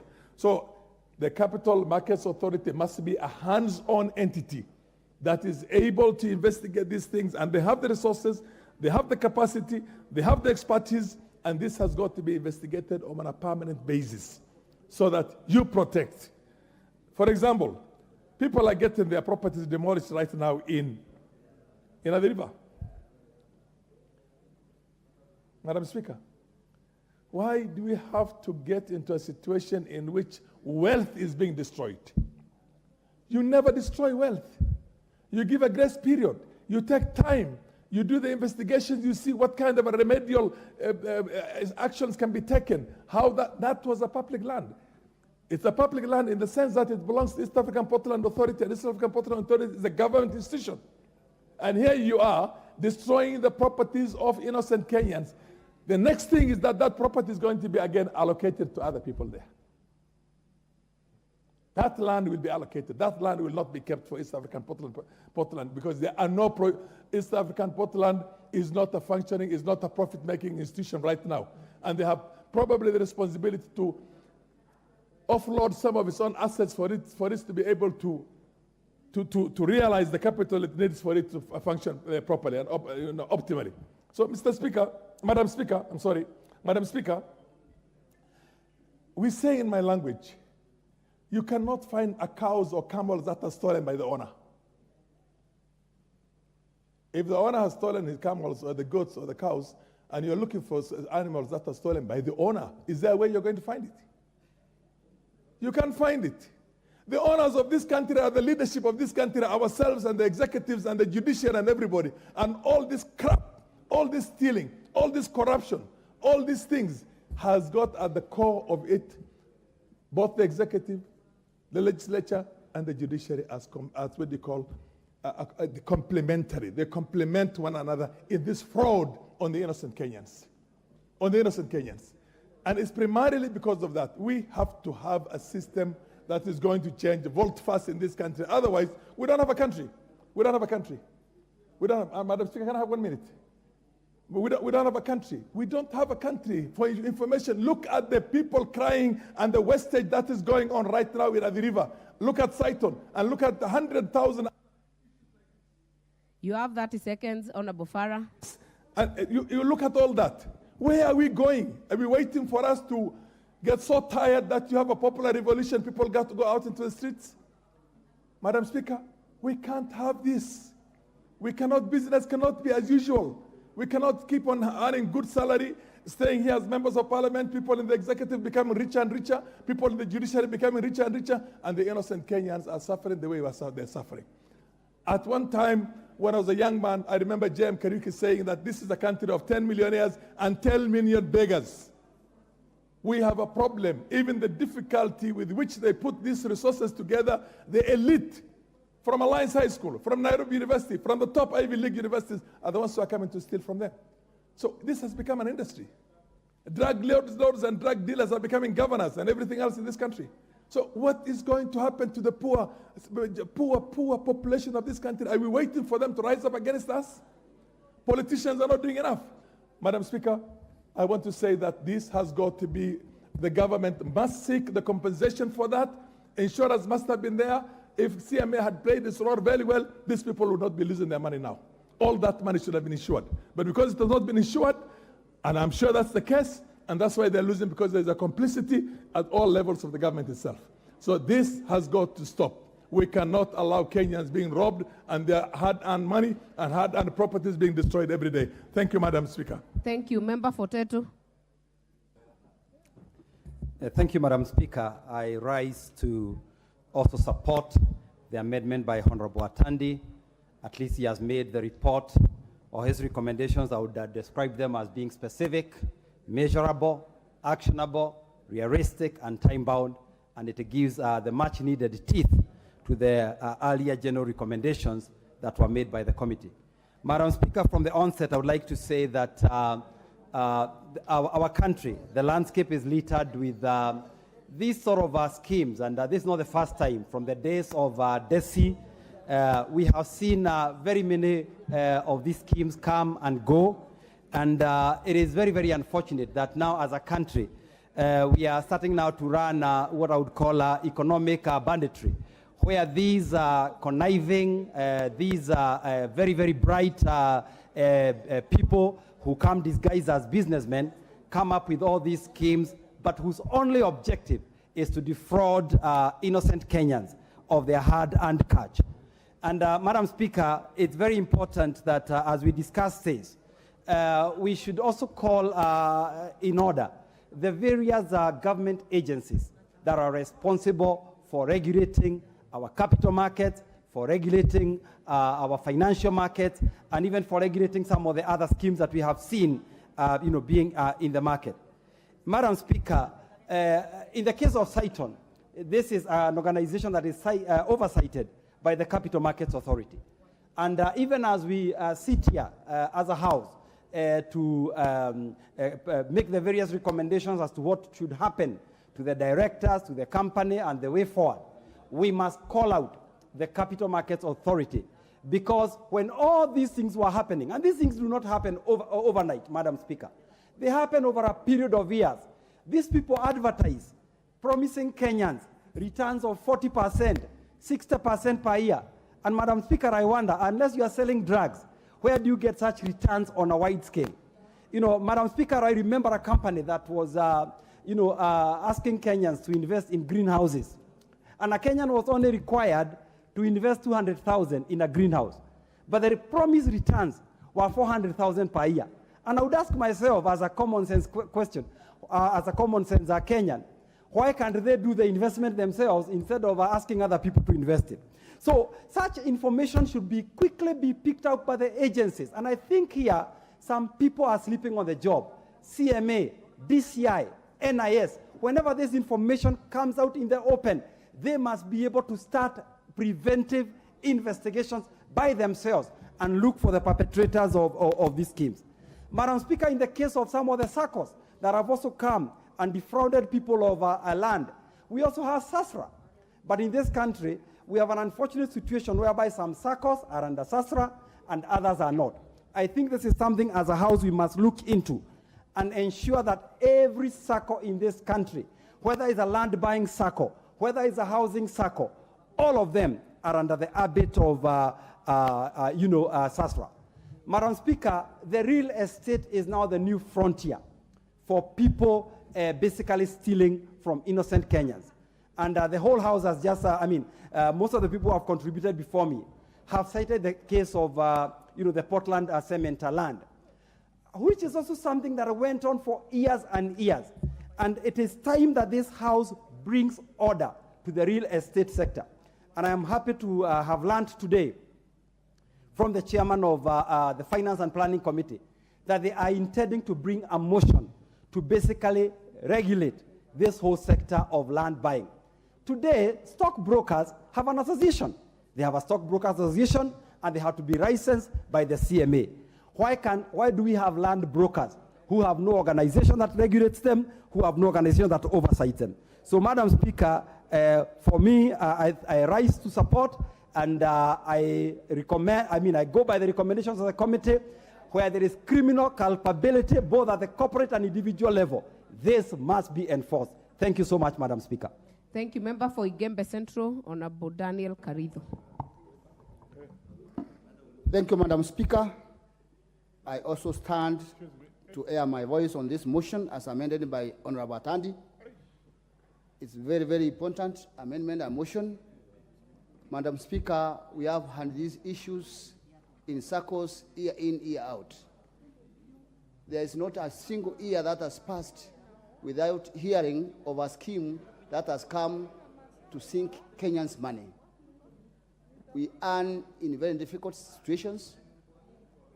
Earning these days is becoming a challenge, and now having people registering some funny companies and coming over to steal from our people should come to an end. Madam Speaker, this will not come to an end until when we have those who are doing this business accountable, held accountable, and paying back what they have stolen. That is the only time when we are going to stop this habit. Madam Speaker, we have people who have taken this money, for example, the Cytonn. The directors are known, the accounts are known, and we should have a way of reclaiming the money that has been stolen from Kenyans through these fizzy accounts. Madam Speaker, we have issues with things like the pyramid schemes, where Kenyans lost billions of shillings through some funny schemes that were just set up purposely to steal from the Kenyans. We have banks, whereby Kenyans have deposited their money, and the other day you go withdrawing, you find the bank has closed down. Now is the high time that we stop this, and we can only stop this by holding those who are accountable, responsible, and forcing them to pay. I think it's also an eye-opener to the Kenyans. Let's not have somebody coming telling you that invest 2 million and get 3 million.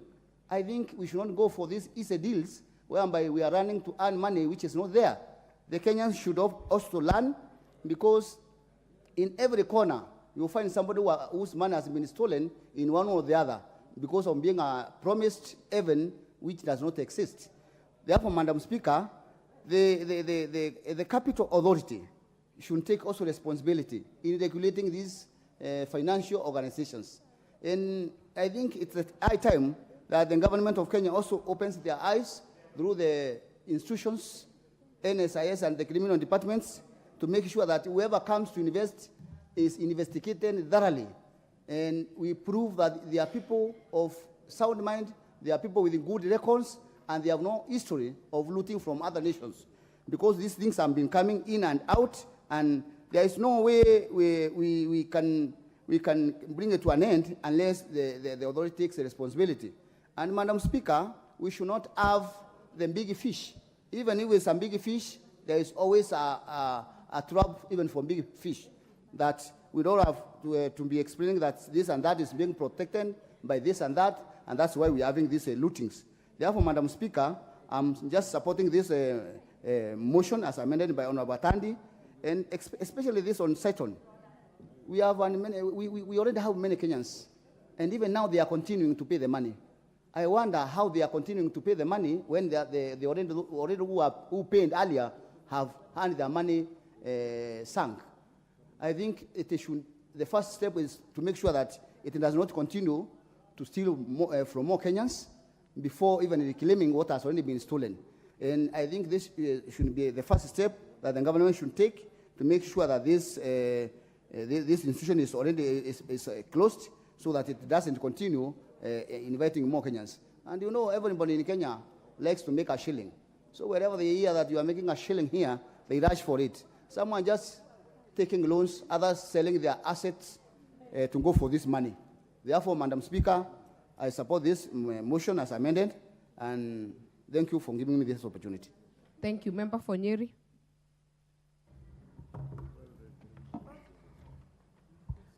Thank you so much, Honorable Speaker. Honorable Speaker, I rise to support Honorable Tadi because I'm a victim. And I'm a victim because one of my sisters took a loan in 2019, 3.4 million, and she invested the money in Cytonn. And now the worst scenario, it's Cytonn, they are still progressing with their projects. They are advertising all over the media, and they are telling people how they are supposed to invest in Cytonn. So, Honorable Speaker, what I want to say, the Director of Criminal Investigation should take responsibility and deal with the owner of that company. It is very, very unfortunate because you can imagine 4,000 Kenyans. They were just trying to make money. They were trying to see how they can go on with their life. And you know what Cytonn was doing? They were collecting the money from the investors And then they were using another company. They were doing houses in another company. So they progressed very well. But the worst, they are still out there. Honorable Speaker, if you go through the social media, if you go through the radio stations, they are still advertising and collecting money. So what I think, we should not allow these people to continue doing the same project. We should make sure that all their assets are frozen so that they refer the money to the owners. It is not right, and it is not we should not allow that to continue, because now, you remember, like this gentleman from Thika, I remember I had gone to support I had gone to support Alice Nganga in Thika, Gakuya. You know Gakuya, he did Gakuyo. Gakuyo did the same. And he went away with that money. So as members of parliament, it is our responsibility to fight for our people. So Honorable Speaker, I support Atadi, and it is long overdue. Let's try and do our best and make sure that the people have gotten their money back. And we should not allow them to continue doing what they are doing. Thank you, Honorable Speaker. Thank you. Member for Kisii, Honorable Doris Donya.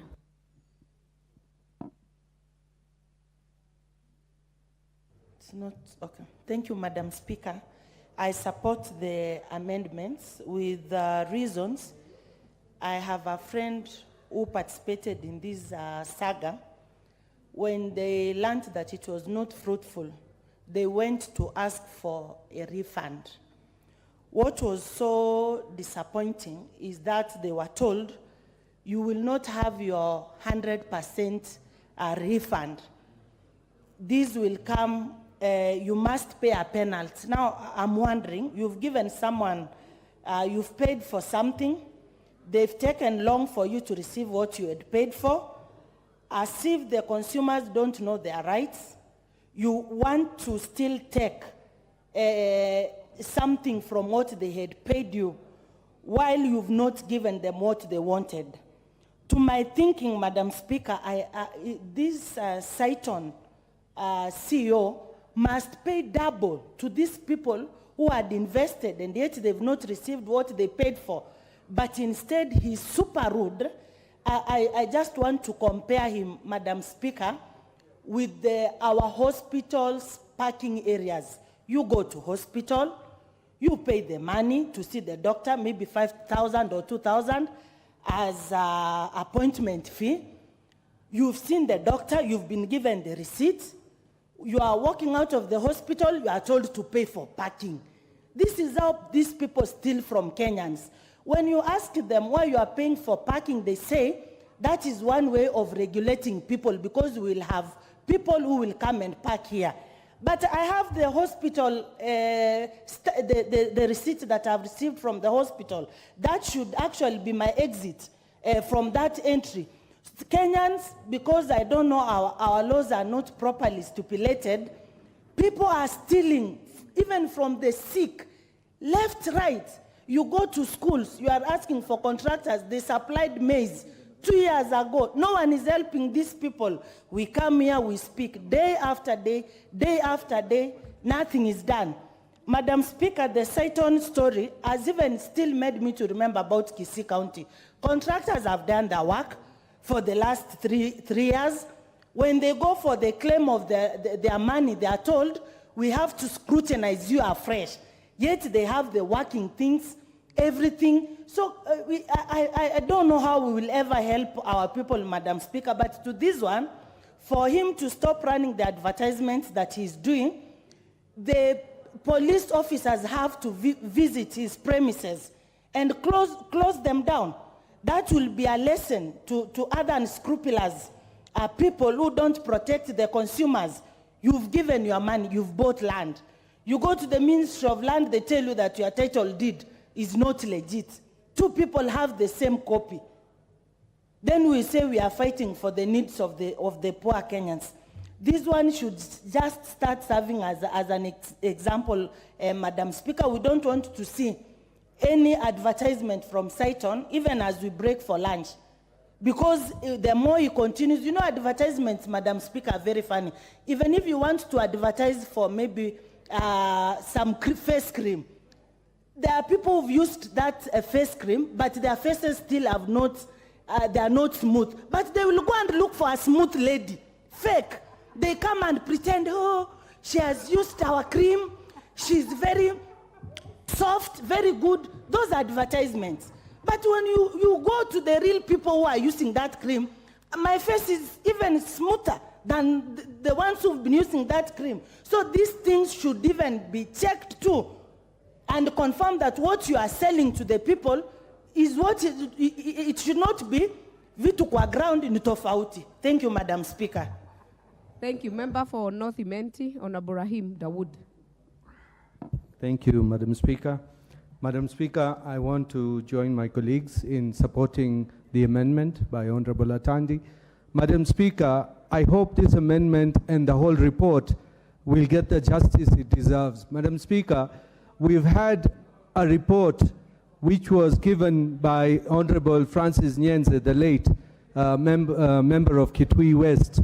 He did a report in 2009, which he gave to the minister at that time, the late Jeremiah Nyaga, regarding a task force on pyramid schemes. Madam Speaker, that report specified 270 pyramid schemes at that time in 2009, and I believe now we have got more than that. Madam Speaker, 8.2 billion shillings had been lost to pyramid schemes.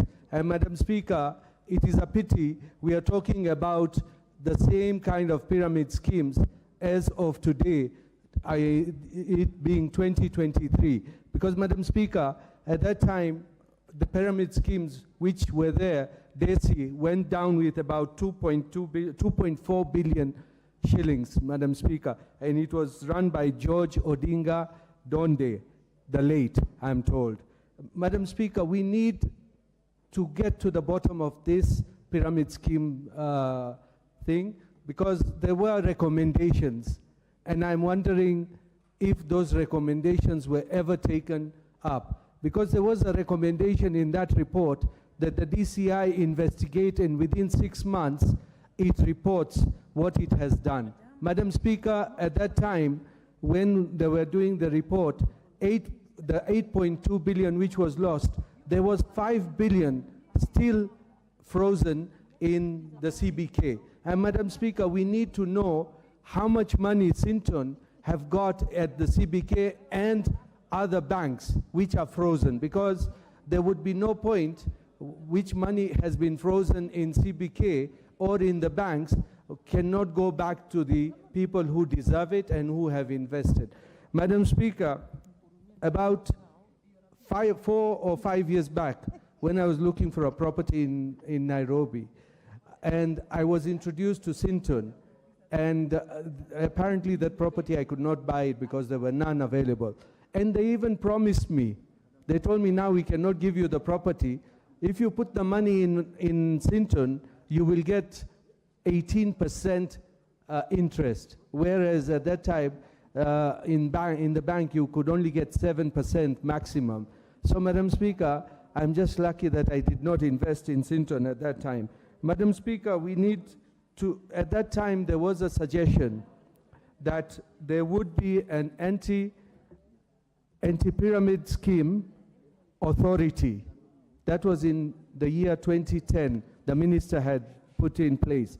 Madam Speaker, I would wish the Public Petitions Committee, together with the Implementation Committee, looks at that report and sees if there is a chance, or Honorable Atandi can probably bring that bill to Parliament, that there is established an anti-pyramid scheme authority which will look into all these pyramid schemes so that people can get their money. Madam Speaker, we need to have the CBK give us all the frozen money for pyramid schemes so that we know where we stand as a country and people can get their money back.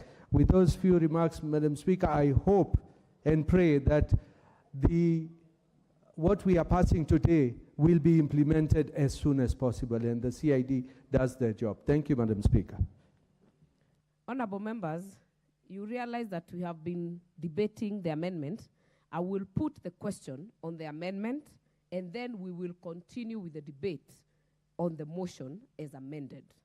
That is the right way to do it. So I will put the question that the motion be amended by inserting the following words. Part A, subject to insertion of the following new recommendation 4 after the expression 2023. Number 4, the Directorate of Criminal Investigation undertakes thorough investigations on the matters listed here and within 90 days from the date of the adoption of the report. A, affairs of Cytonn, particularly on the matters raised in this petition, and prefer criminal prosecution against any person found culpable. B, the relationship between officials of Cytonn and the Capital Markets Authority between the period 2015 and 2021. And C, the business dealings of the 49 CPVs, including their assets and liabilities, if any. And finally, the business dealings of Mr. Edwin Harold Diane Dande, including his assets and liabilities. And number B, renumbering paragraphs 4, appearing on page 32 of the report as paragraph 5. Will as many of that opinion say aye? Will as many of our contrary opinion say nay? The ayes have it. We will continue with the debate, and the next opportunity will go to the member for Westlands, now debating the motion as amended. Madam Speaker, thank you. I also want to support this report, Madam Speaker, as amended. Madam Speaker, Kenyans, we are a country governed by the rule of law, but we have let, Madam Speaker, crooks who are running around, Madam Speaker, fleecing Kenyans, unsuspecting Kenyans who have invested their money, their hard-earned money, Madam Speaker, and then they just end up to nothing. Madam Speaker, I was approached by these Cytonn people to invest in this company. I was just lucky that just before I made my decision, I saw an item on news about the company being investigated for, Madam Speaker, for fraud. And when I called them the following day, they said, no, they're just, these are people who are just fighting us, but we are a credible company, blah, blah. Madam Speaker, I had just seen a red flag, so I kept off. Madam Speaker, there are many unsuspecting Kenyans who fell victim of this company, and many others, Madam Speaker. And there are others, Madam Speaker, who are going around also crapping public land, left, right, and center. Madam Speaker, as we speak, there are people who have come in my constituency and grabbed a school land and demolishing the property of the school with impunity. And we have asked the police, Madam Speaker, to stop these people, and they just stand and watch. We don't know why, who are these people, how powerful they are, that they can just do anything they want. They come in a broad daylight and demolish property. And what we are seeing, Madam Speaker, even in Mafoko, what is going on, Madam Speaker? These people did not invest on that land without the watchful eye of the government. People sold land and they were given title deeds and all that, Madam Speaker. They have invested heavily, and now it just comes one day, someone wakes up from a slumber and orders demolition of property, which is unacceptable, Madam Speaker. The Kenyans who have invested in this place, they must be compensated. These people who have taken money from people, this Cytonn company, Madam Speaker, they must be forced to return the money to the Kenyans who have invested. We must protect Kenyans who are investing their hard-earned money in property, Madam Speaker, that the money should not just be taken away and people just walk scot-free. We just want to make sure that, Madam Speaker, what the amendment that has been brought to this report, Madam Speaker, it is far-reaching, and we must, as a House, Madam Speaker, make sure that these culprits are dealt with and brought under the law, and, Madam Speaker, that Kenyans who have lost money should be compensated, Madam Speaker, with the investment that are already there. If there's no that, Madam Speaker, those people should go and be jailed and we face the music of the law. And, Madam Speaker, others who are like them, who are also forming companies, and that seems to be the easier way to make money. People just come and invest. The companies that buy land, and the companies that, Madam Speaker, pretended to be coming up with all manner of things. So, Madam Speaker, I think this is a good amendment, a good report with amendment, Madam Speaker. Then we need to see implementation. That the reports, as Madam Speaker, passed by this House should be implemented with the letter, so that all these criminals are brought to book, and the Kenyans who have lost money, Madam Speaker, be compensated. Thank you, Madam Speaker. Thank you. Member for Teso South, Honorable Mary Emase. Thank you, Madam Speaker, for the opportunity to contribute to this very important motion.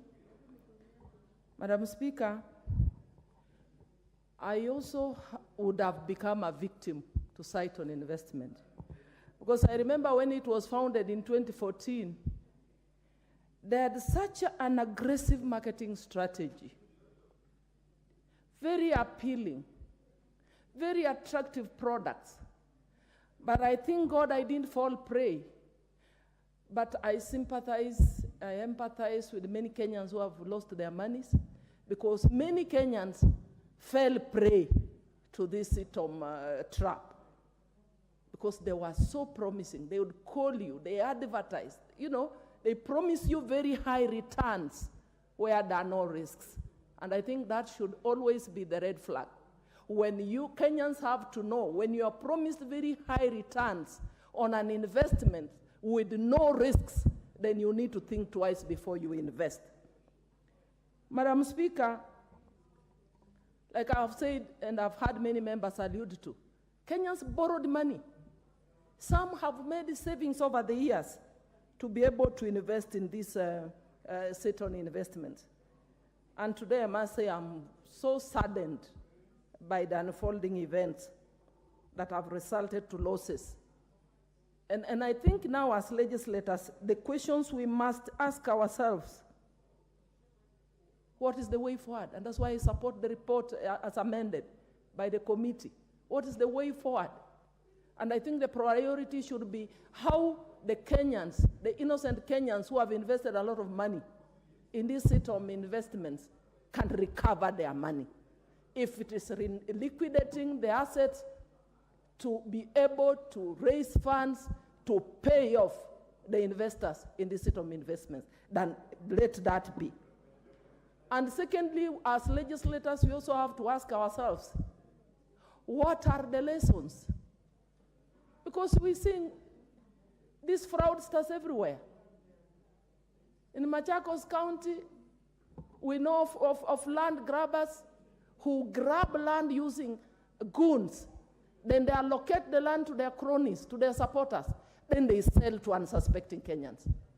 For how long? And these fraudsters are everywhere. Innocent Kenyans, even in our villages, receive messages every day, emails, that you've won some kind of money. And before you claim it, you need to pay this amount of money.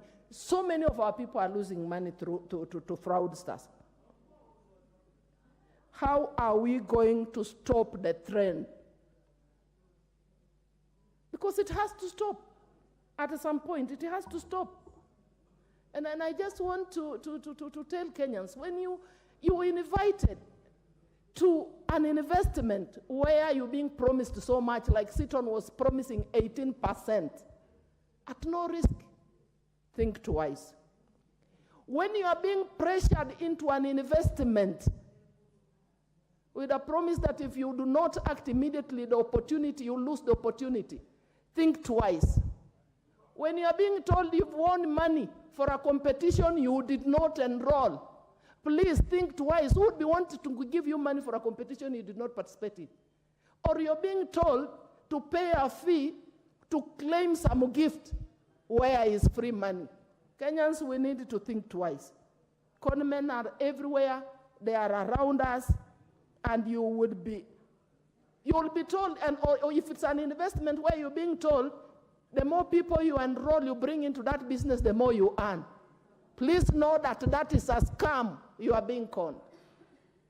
So members, let's support the report. I support it so that we can put order in some of these investments. And going forward, I think we need to relook at the legislation. If you are getting into an investment that is not regulated, how can an ordinary Kenyan get to know that this organization is properly registered, it is regulated, so that their rights as clients or customers to that organization are protected? Thank you, Honorable Speaker. I support. Thank you. Member for Kitui West, Honorable Edith Nyenze. Thank you, Madam Speaker, for this opportunity to support the report by the Public Petitions Committee as amended by Honorable Atandi. Let me from the onset say that I wish and pray that this report will go a long way in assisting Kenyans who have been deprived of their hard-earned money. As Dawood has said, there was a pyramid scheme, a report which was done from a task force which was chaired by Francis Nyenze, who is late. And during that time, so many people had lost their lives because we are retired people who had actually put their money where they thought they were saving, but they lost a lot of money. And up to now, I don't think that report has been implemented. So I hope that this report this time will actually be implemented. Let me note that the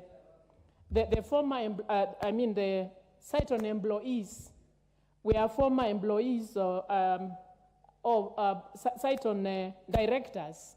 Some of them were former employees of Britam, and the questionable credibility that they were licensed by CMA after having a case in court for over 9 years. So CMA is supposed to actually license and regulate the money market. And since they are supposed to regulate the money market, we expect them to ensure compliance with the guidelines.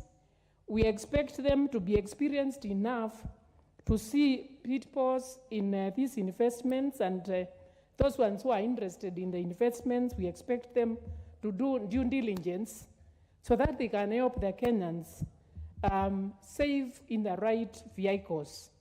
But they licensed Cytonn, even though there was that case of these employees having worked from Britam and having questionable credibility.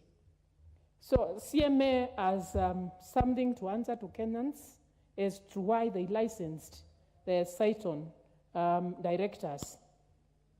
Then, Madam Speaker, I also note that the investment of in the money market is not as safe as investing in banks and also as in SACCOs. And this is a caution to our Kenyans or to our interested investors so that they can get guidance on where to invest, proper guidelines on where to invest to get better returns. But we note that the Cytonn directors, I don't know whether they end in mind really to make money for these interested investors or they wanted to con them. And the reason why I'm saying this is because they end very many special purpose vehicles of investment. And this is a way of conning because you could invest in this vehicle, maybe for real estate. Then next time you advise that you can now get into another investment vehicle. And this means now changing the initial contract.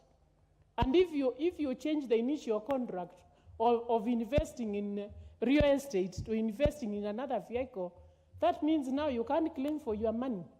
Now you actually lose because this would be a different vehicle.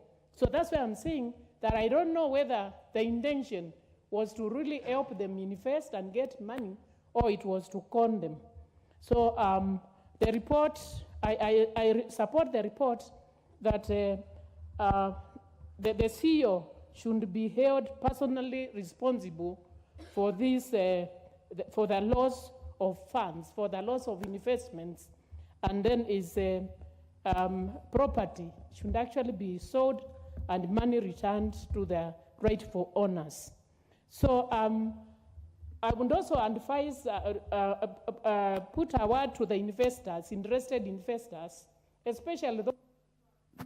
Your time is up. Member for Gatundu South.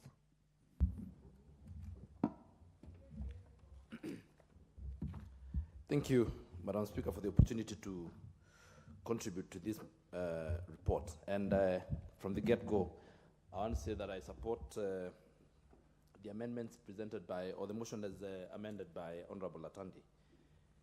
First, because, Madam Speaker, this House has a responsibility to protect the citizenry of this country. People look upon this House to make decisions and to make laws that protect them. And, Madam Speaker, when I look at Article 35 or Section 35 of the Media Council Act, it gives or it behooves upon the members and the practitioners of media to have truth or truthful information going out to the public. When people come and lie and give falseful information to members of the public on TV and radio stations, and people who are taken to have credibility, the entire morning are telling Kenyans how they're going to make millions of money and how they're going to reap from investments that they know very well.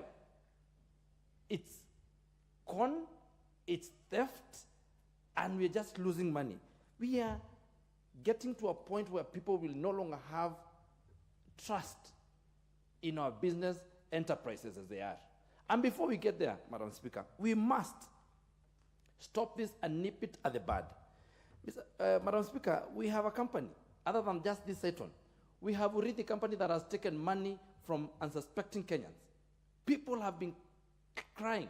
People come to my office every day. There is a gem highway project in Juja that is now a forest. It has been abandoned after people put in their money. And these people know very well that they are not going to finish these projects, but they take money and they go to the bank using the same project, they take loans, and then they keep this money, and every time these people who invested go to them, they tell them, this is the project, we are going to finish it. But they know it's not possible to finish it. So, Madam Speaker, the committee must help and must hold, on this House, must make sure that the peoples and perpetrators of these heinous acts are held responsible. Personally, this Edwin Dange must be criminally held liable, and he must go to jail. Because, well, I do not want to do the work of the courts, but it is clear for everyone to see, it is out there, the writing is on the wall, that these people went, choreographed a plot and a ploy to take people's money. Madam Speaker, we are getting into a very serious, business danger, where people now are afraid of putting their monies anywhere. You put your money in this group or in this DESI kind of projects in Azama, as they say. You put it in housing, it goes. You put it in education, it goes. We have a responsibility to protect the people. And, Madam Speaker, I just want to say that probably we need to go further than just interrogate this Cytonn business and look at it in isolation. We probably need to put all these land buying companies together and make sure that before you touch anybody's money to pretend to want to invest it or even build a house using that money, that we have an organization or an institution that is able to check them. They must also put deposits with the CBK or relevant authorities where they put money so that when they do not deliver to the people they're taking money from, then they are capable of refunding these people. If we say that we're going to, of refunding the people who are affected, if we say that we put these people under receivership, they have loans. So between the banks that advanced them billions of money and between the people who went to their banks and also took loans and give this money or took their savings, who is going to benefit first? It means that even putting them under receivership will still not solve these problems. So we must stop this and nip it at the bud and stop it from happening in perpetuity. We have so many companies, and everybody who just wants to steal people's money just comes and says, now I've started a land selling company, please bring your money. So please, Madam Speaker, I support this report, and we want to see something that goes beyond the words, and we see action, and we want to see these people go to jail. Thank you, Madam Speaker. Thank you. Member for Moiben.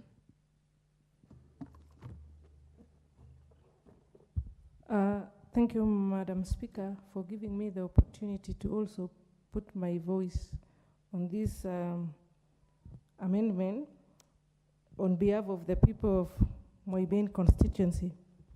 Madam Speaker, it is unfortunate that such companies which lie to Kenyans that they want to bring quick returns package themselves in very nice names. For instance, if you look at this, the title of this Cytonn is Cytonn IELTS Solutions.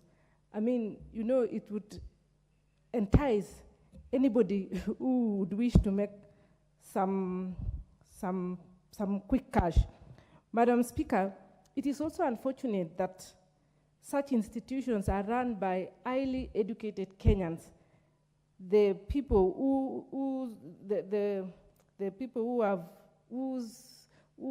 we've invested Kenyan taxes to educate them, and they come back to the society and they defraud its own members. It is unfortunate, Madam Speaker, and how I wish our own Kenyans would be sympathetic to their brothers and sisters.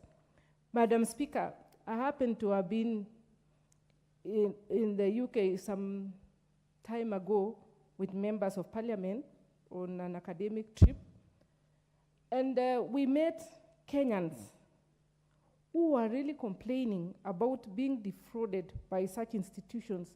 They remit their hard-earned cash abroad only for them to come back here and they realize that they've invested in nothing. I mean, hot air, there's nothing, they've sent the money, there's nothing to show that whatever they sent for has been used to do. And Madam Speaker, it was even their cry or their plea that systems are put in place so that they also don't fall victim. You can imagine you are abroad, you are working hard, you cannot even afford to buy a ticket, but the little you have, you plan to send to Kenya so that you can get something back in return. But unfortunately, such fraudsters take advantage. What about now the citizens who are here with us? Madam Speaker, in my constituency, I'm even scared. When I went over the weekend, I heard of another one, I don't know, I even forgot the name, who was enticing farmers with fertilizer, free seeds. They plow the land for free. And because they promise good returns, you know, the farm will look very beautiful because they've invested with every seed, they've taken precaution in everything, and the farm is looking very beautiful. And now it's harvest time. They are coming to harvest the maize to take their side of the bargain. But there is no written agreement. There is no, it's not very clear how much they invested, how much the farmer is taking, what profit the farmer is going to get, and so on. So it is unfortunate because it is not just this Cytonn, but there are others. This thing mutates. You know, it's the same people who mutate in different forms, and they come up in different names and still defraud the same Kenyans.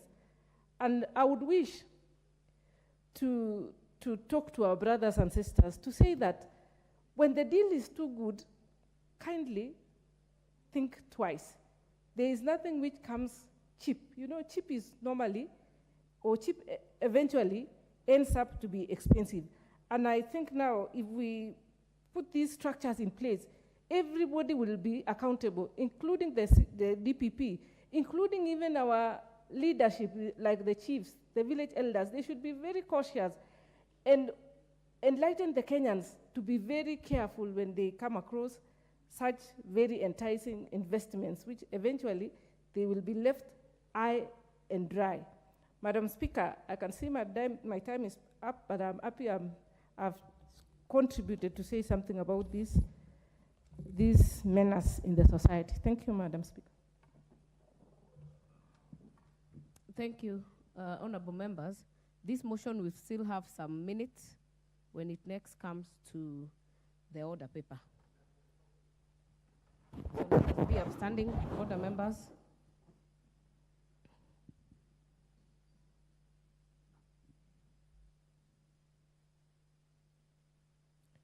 Honorable members, and the time being 1 p.m., this House stands adjourned until today afternoon, Tuesday, 17th October 2023 at 2:30 p.m.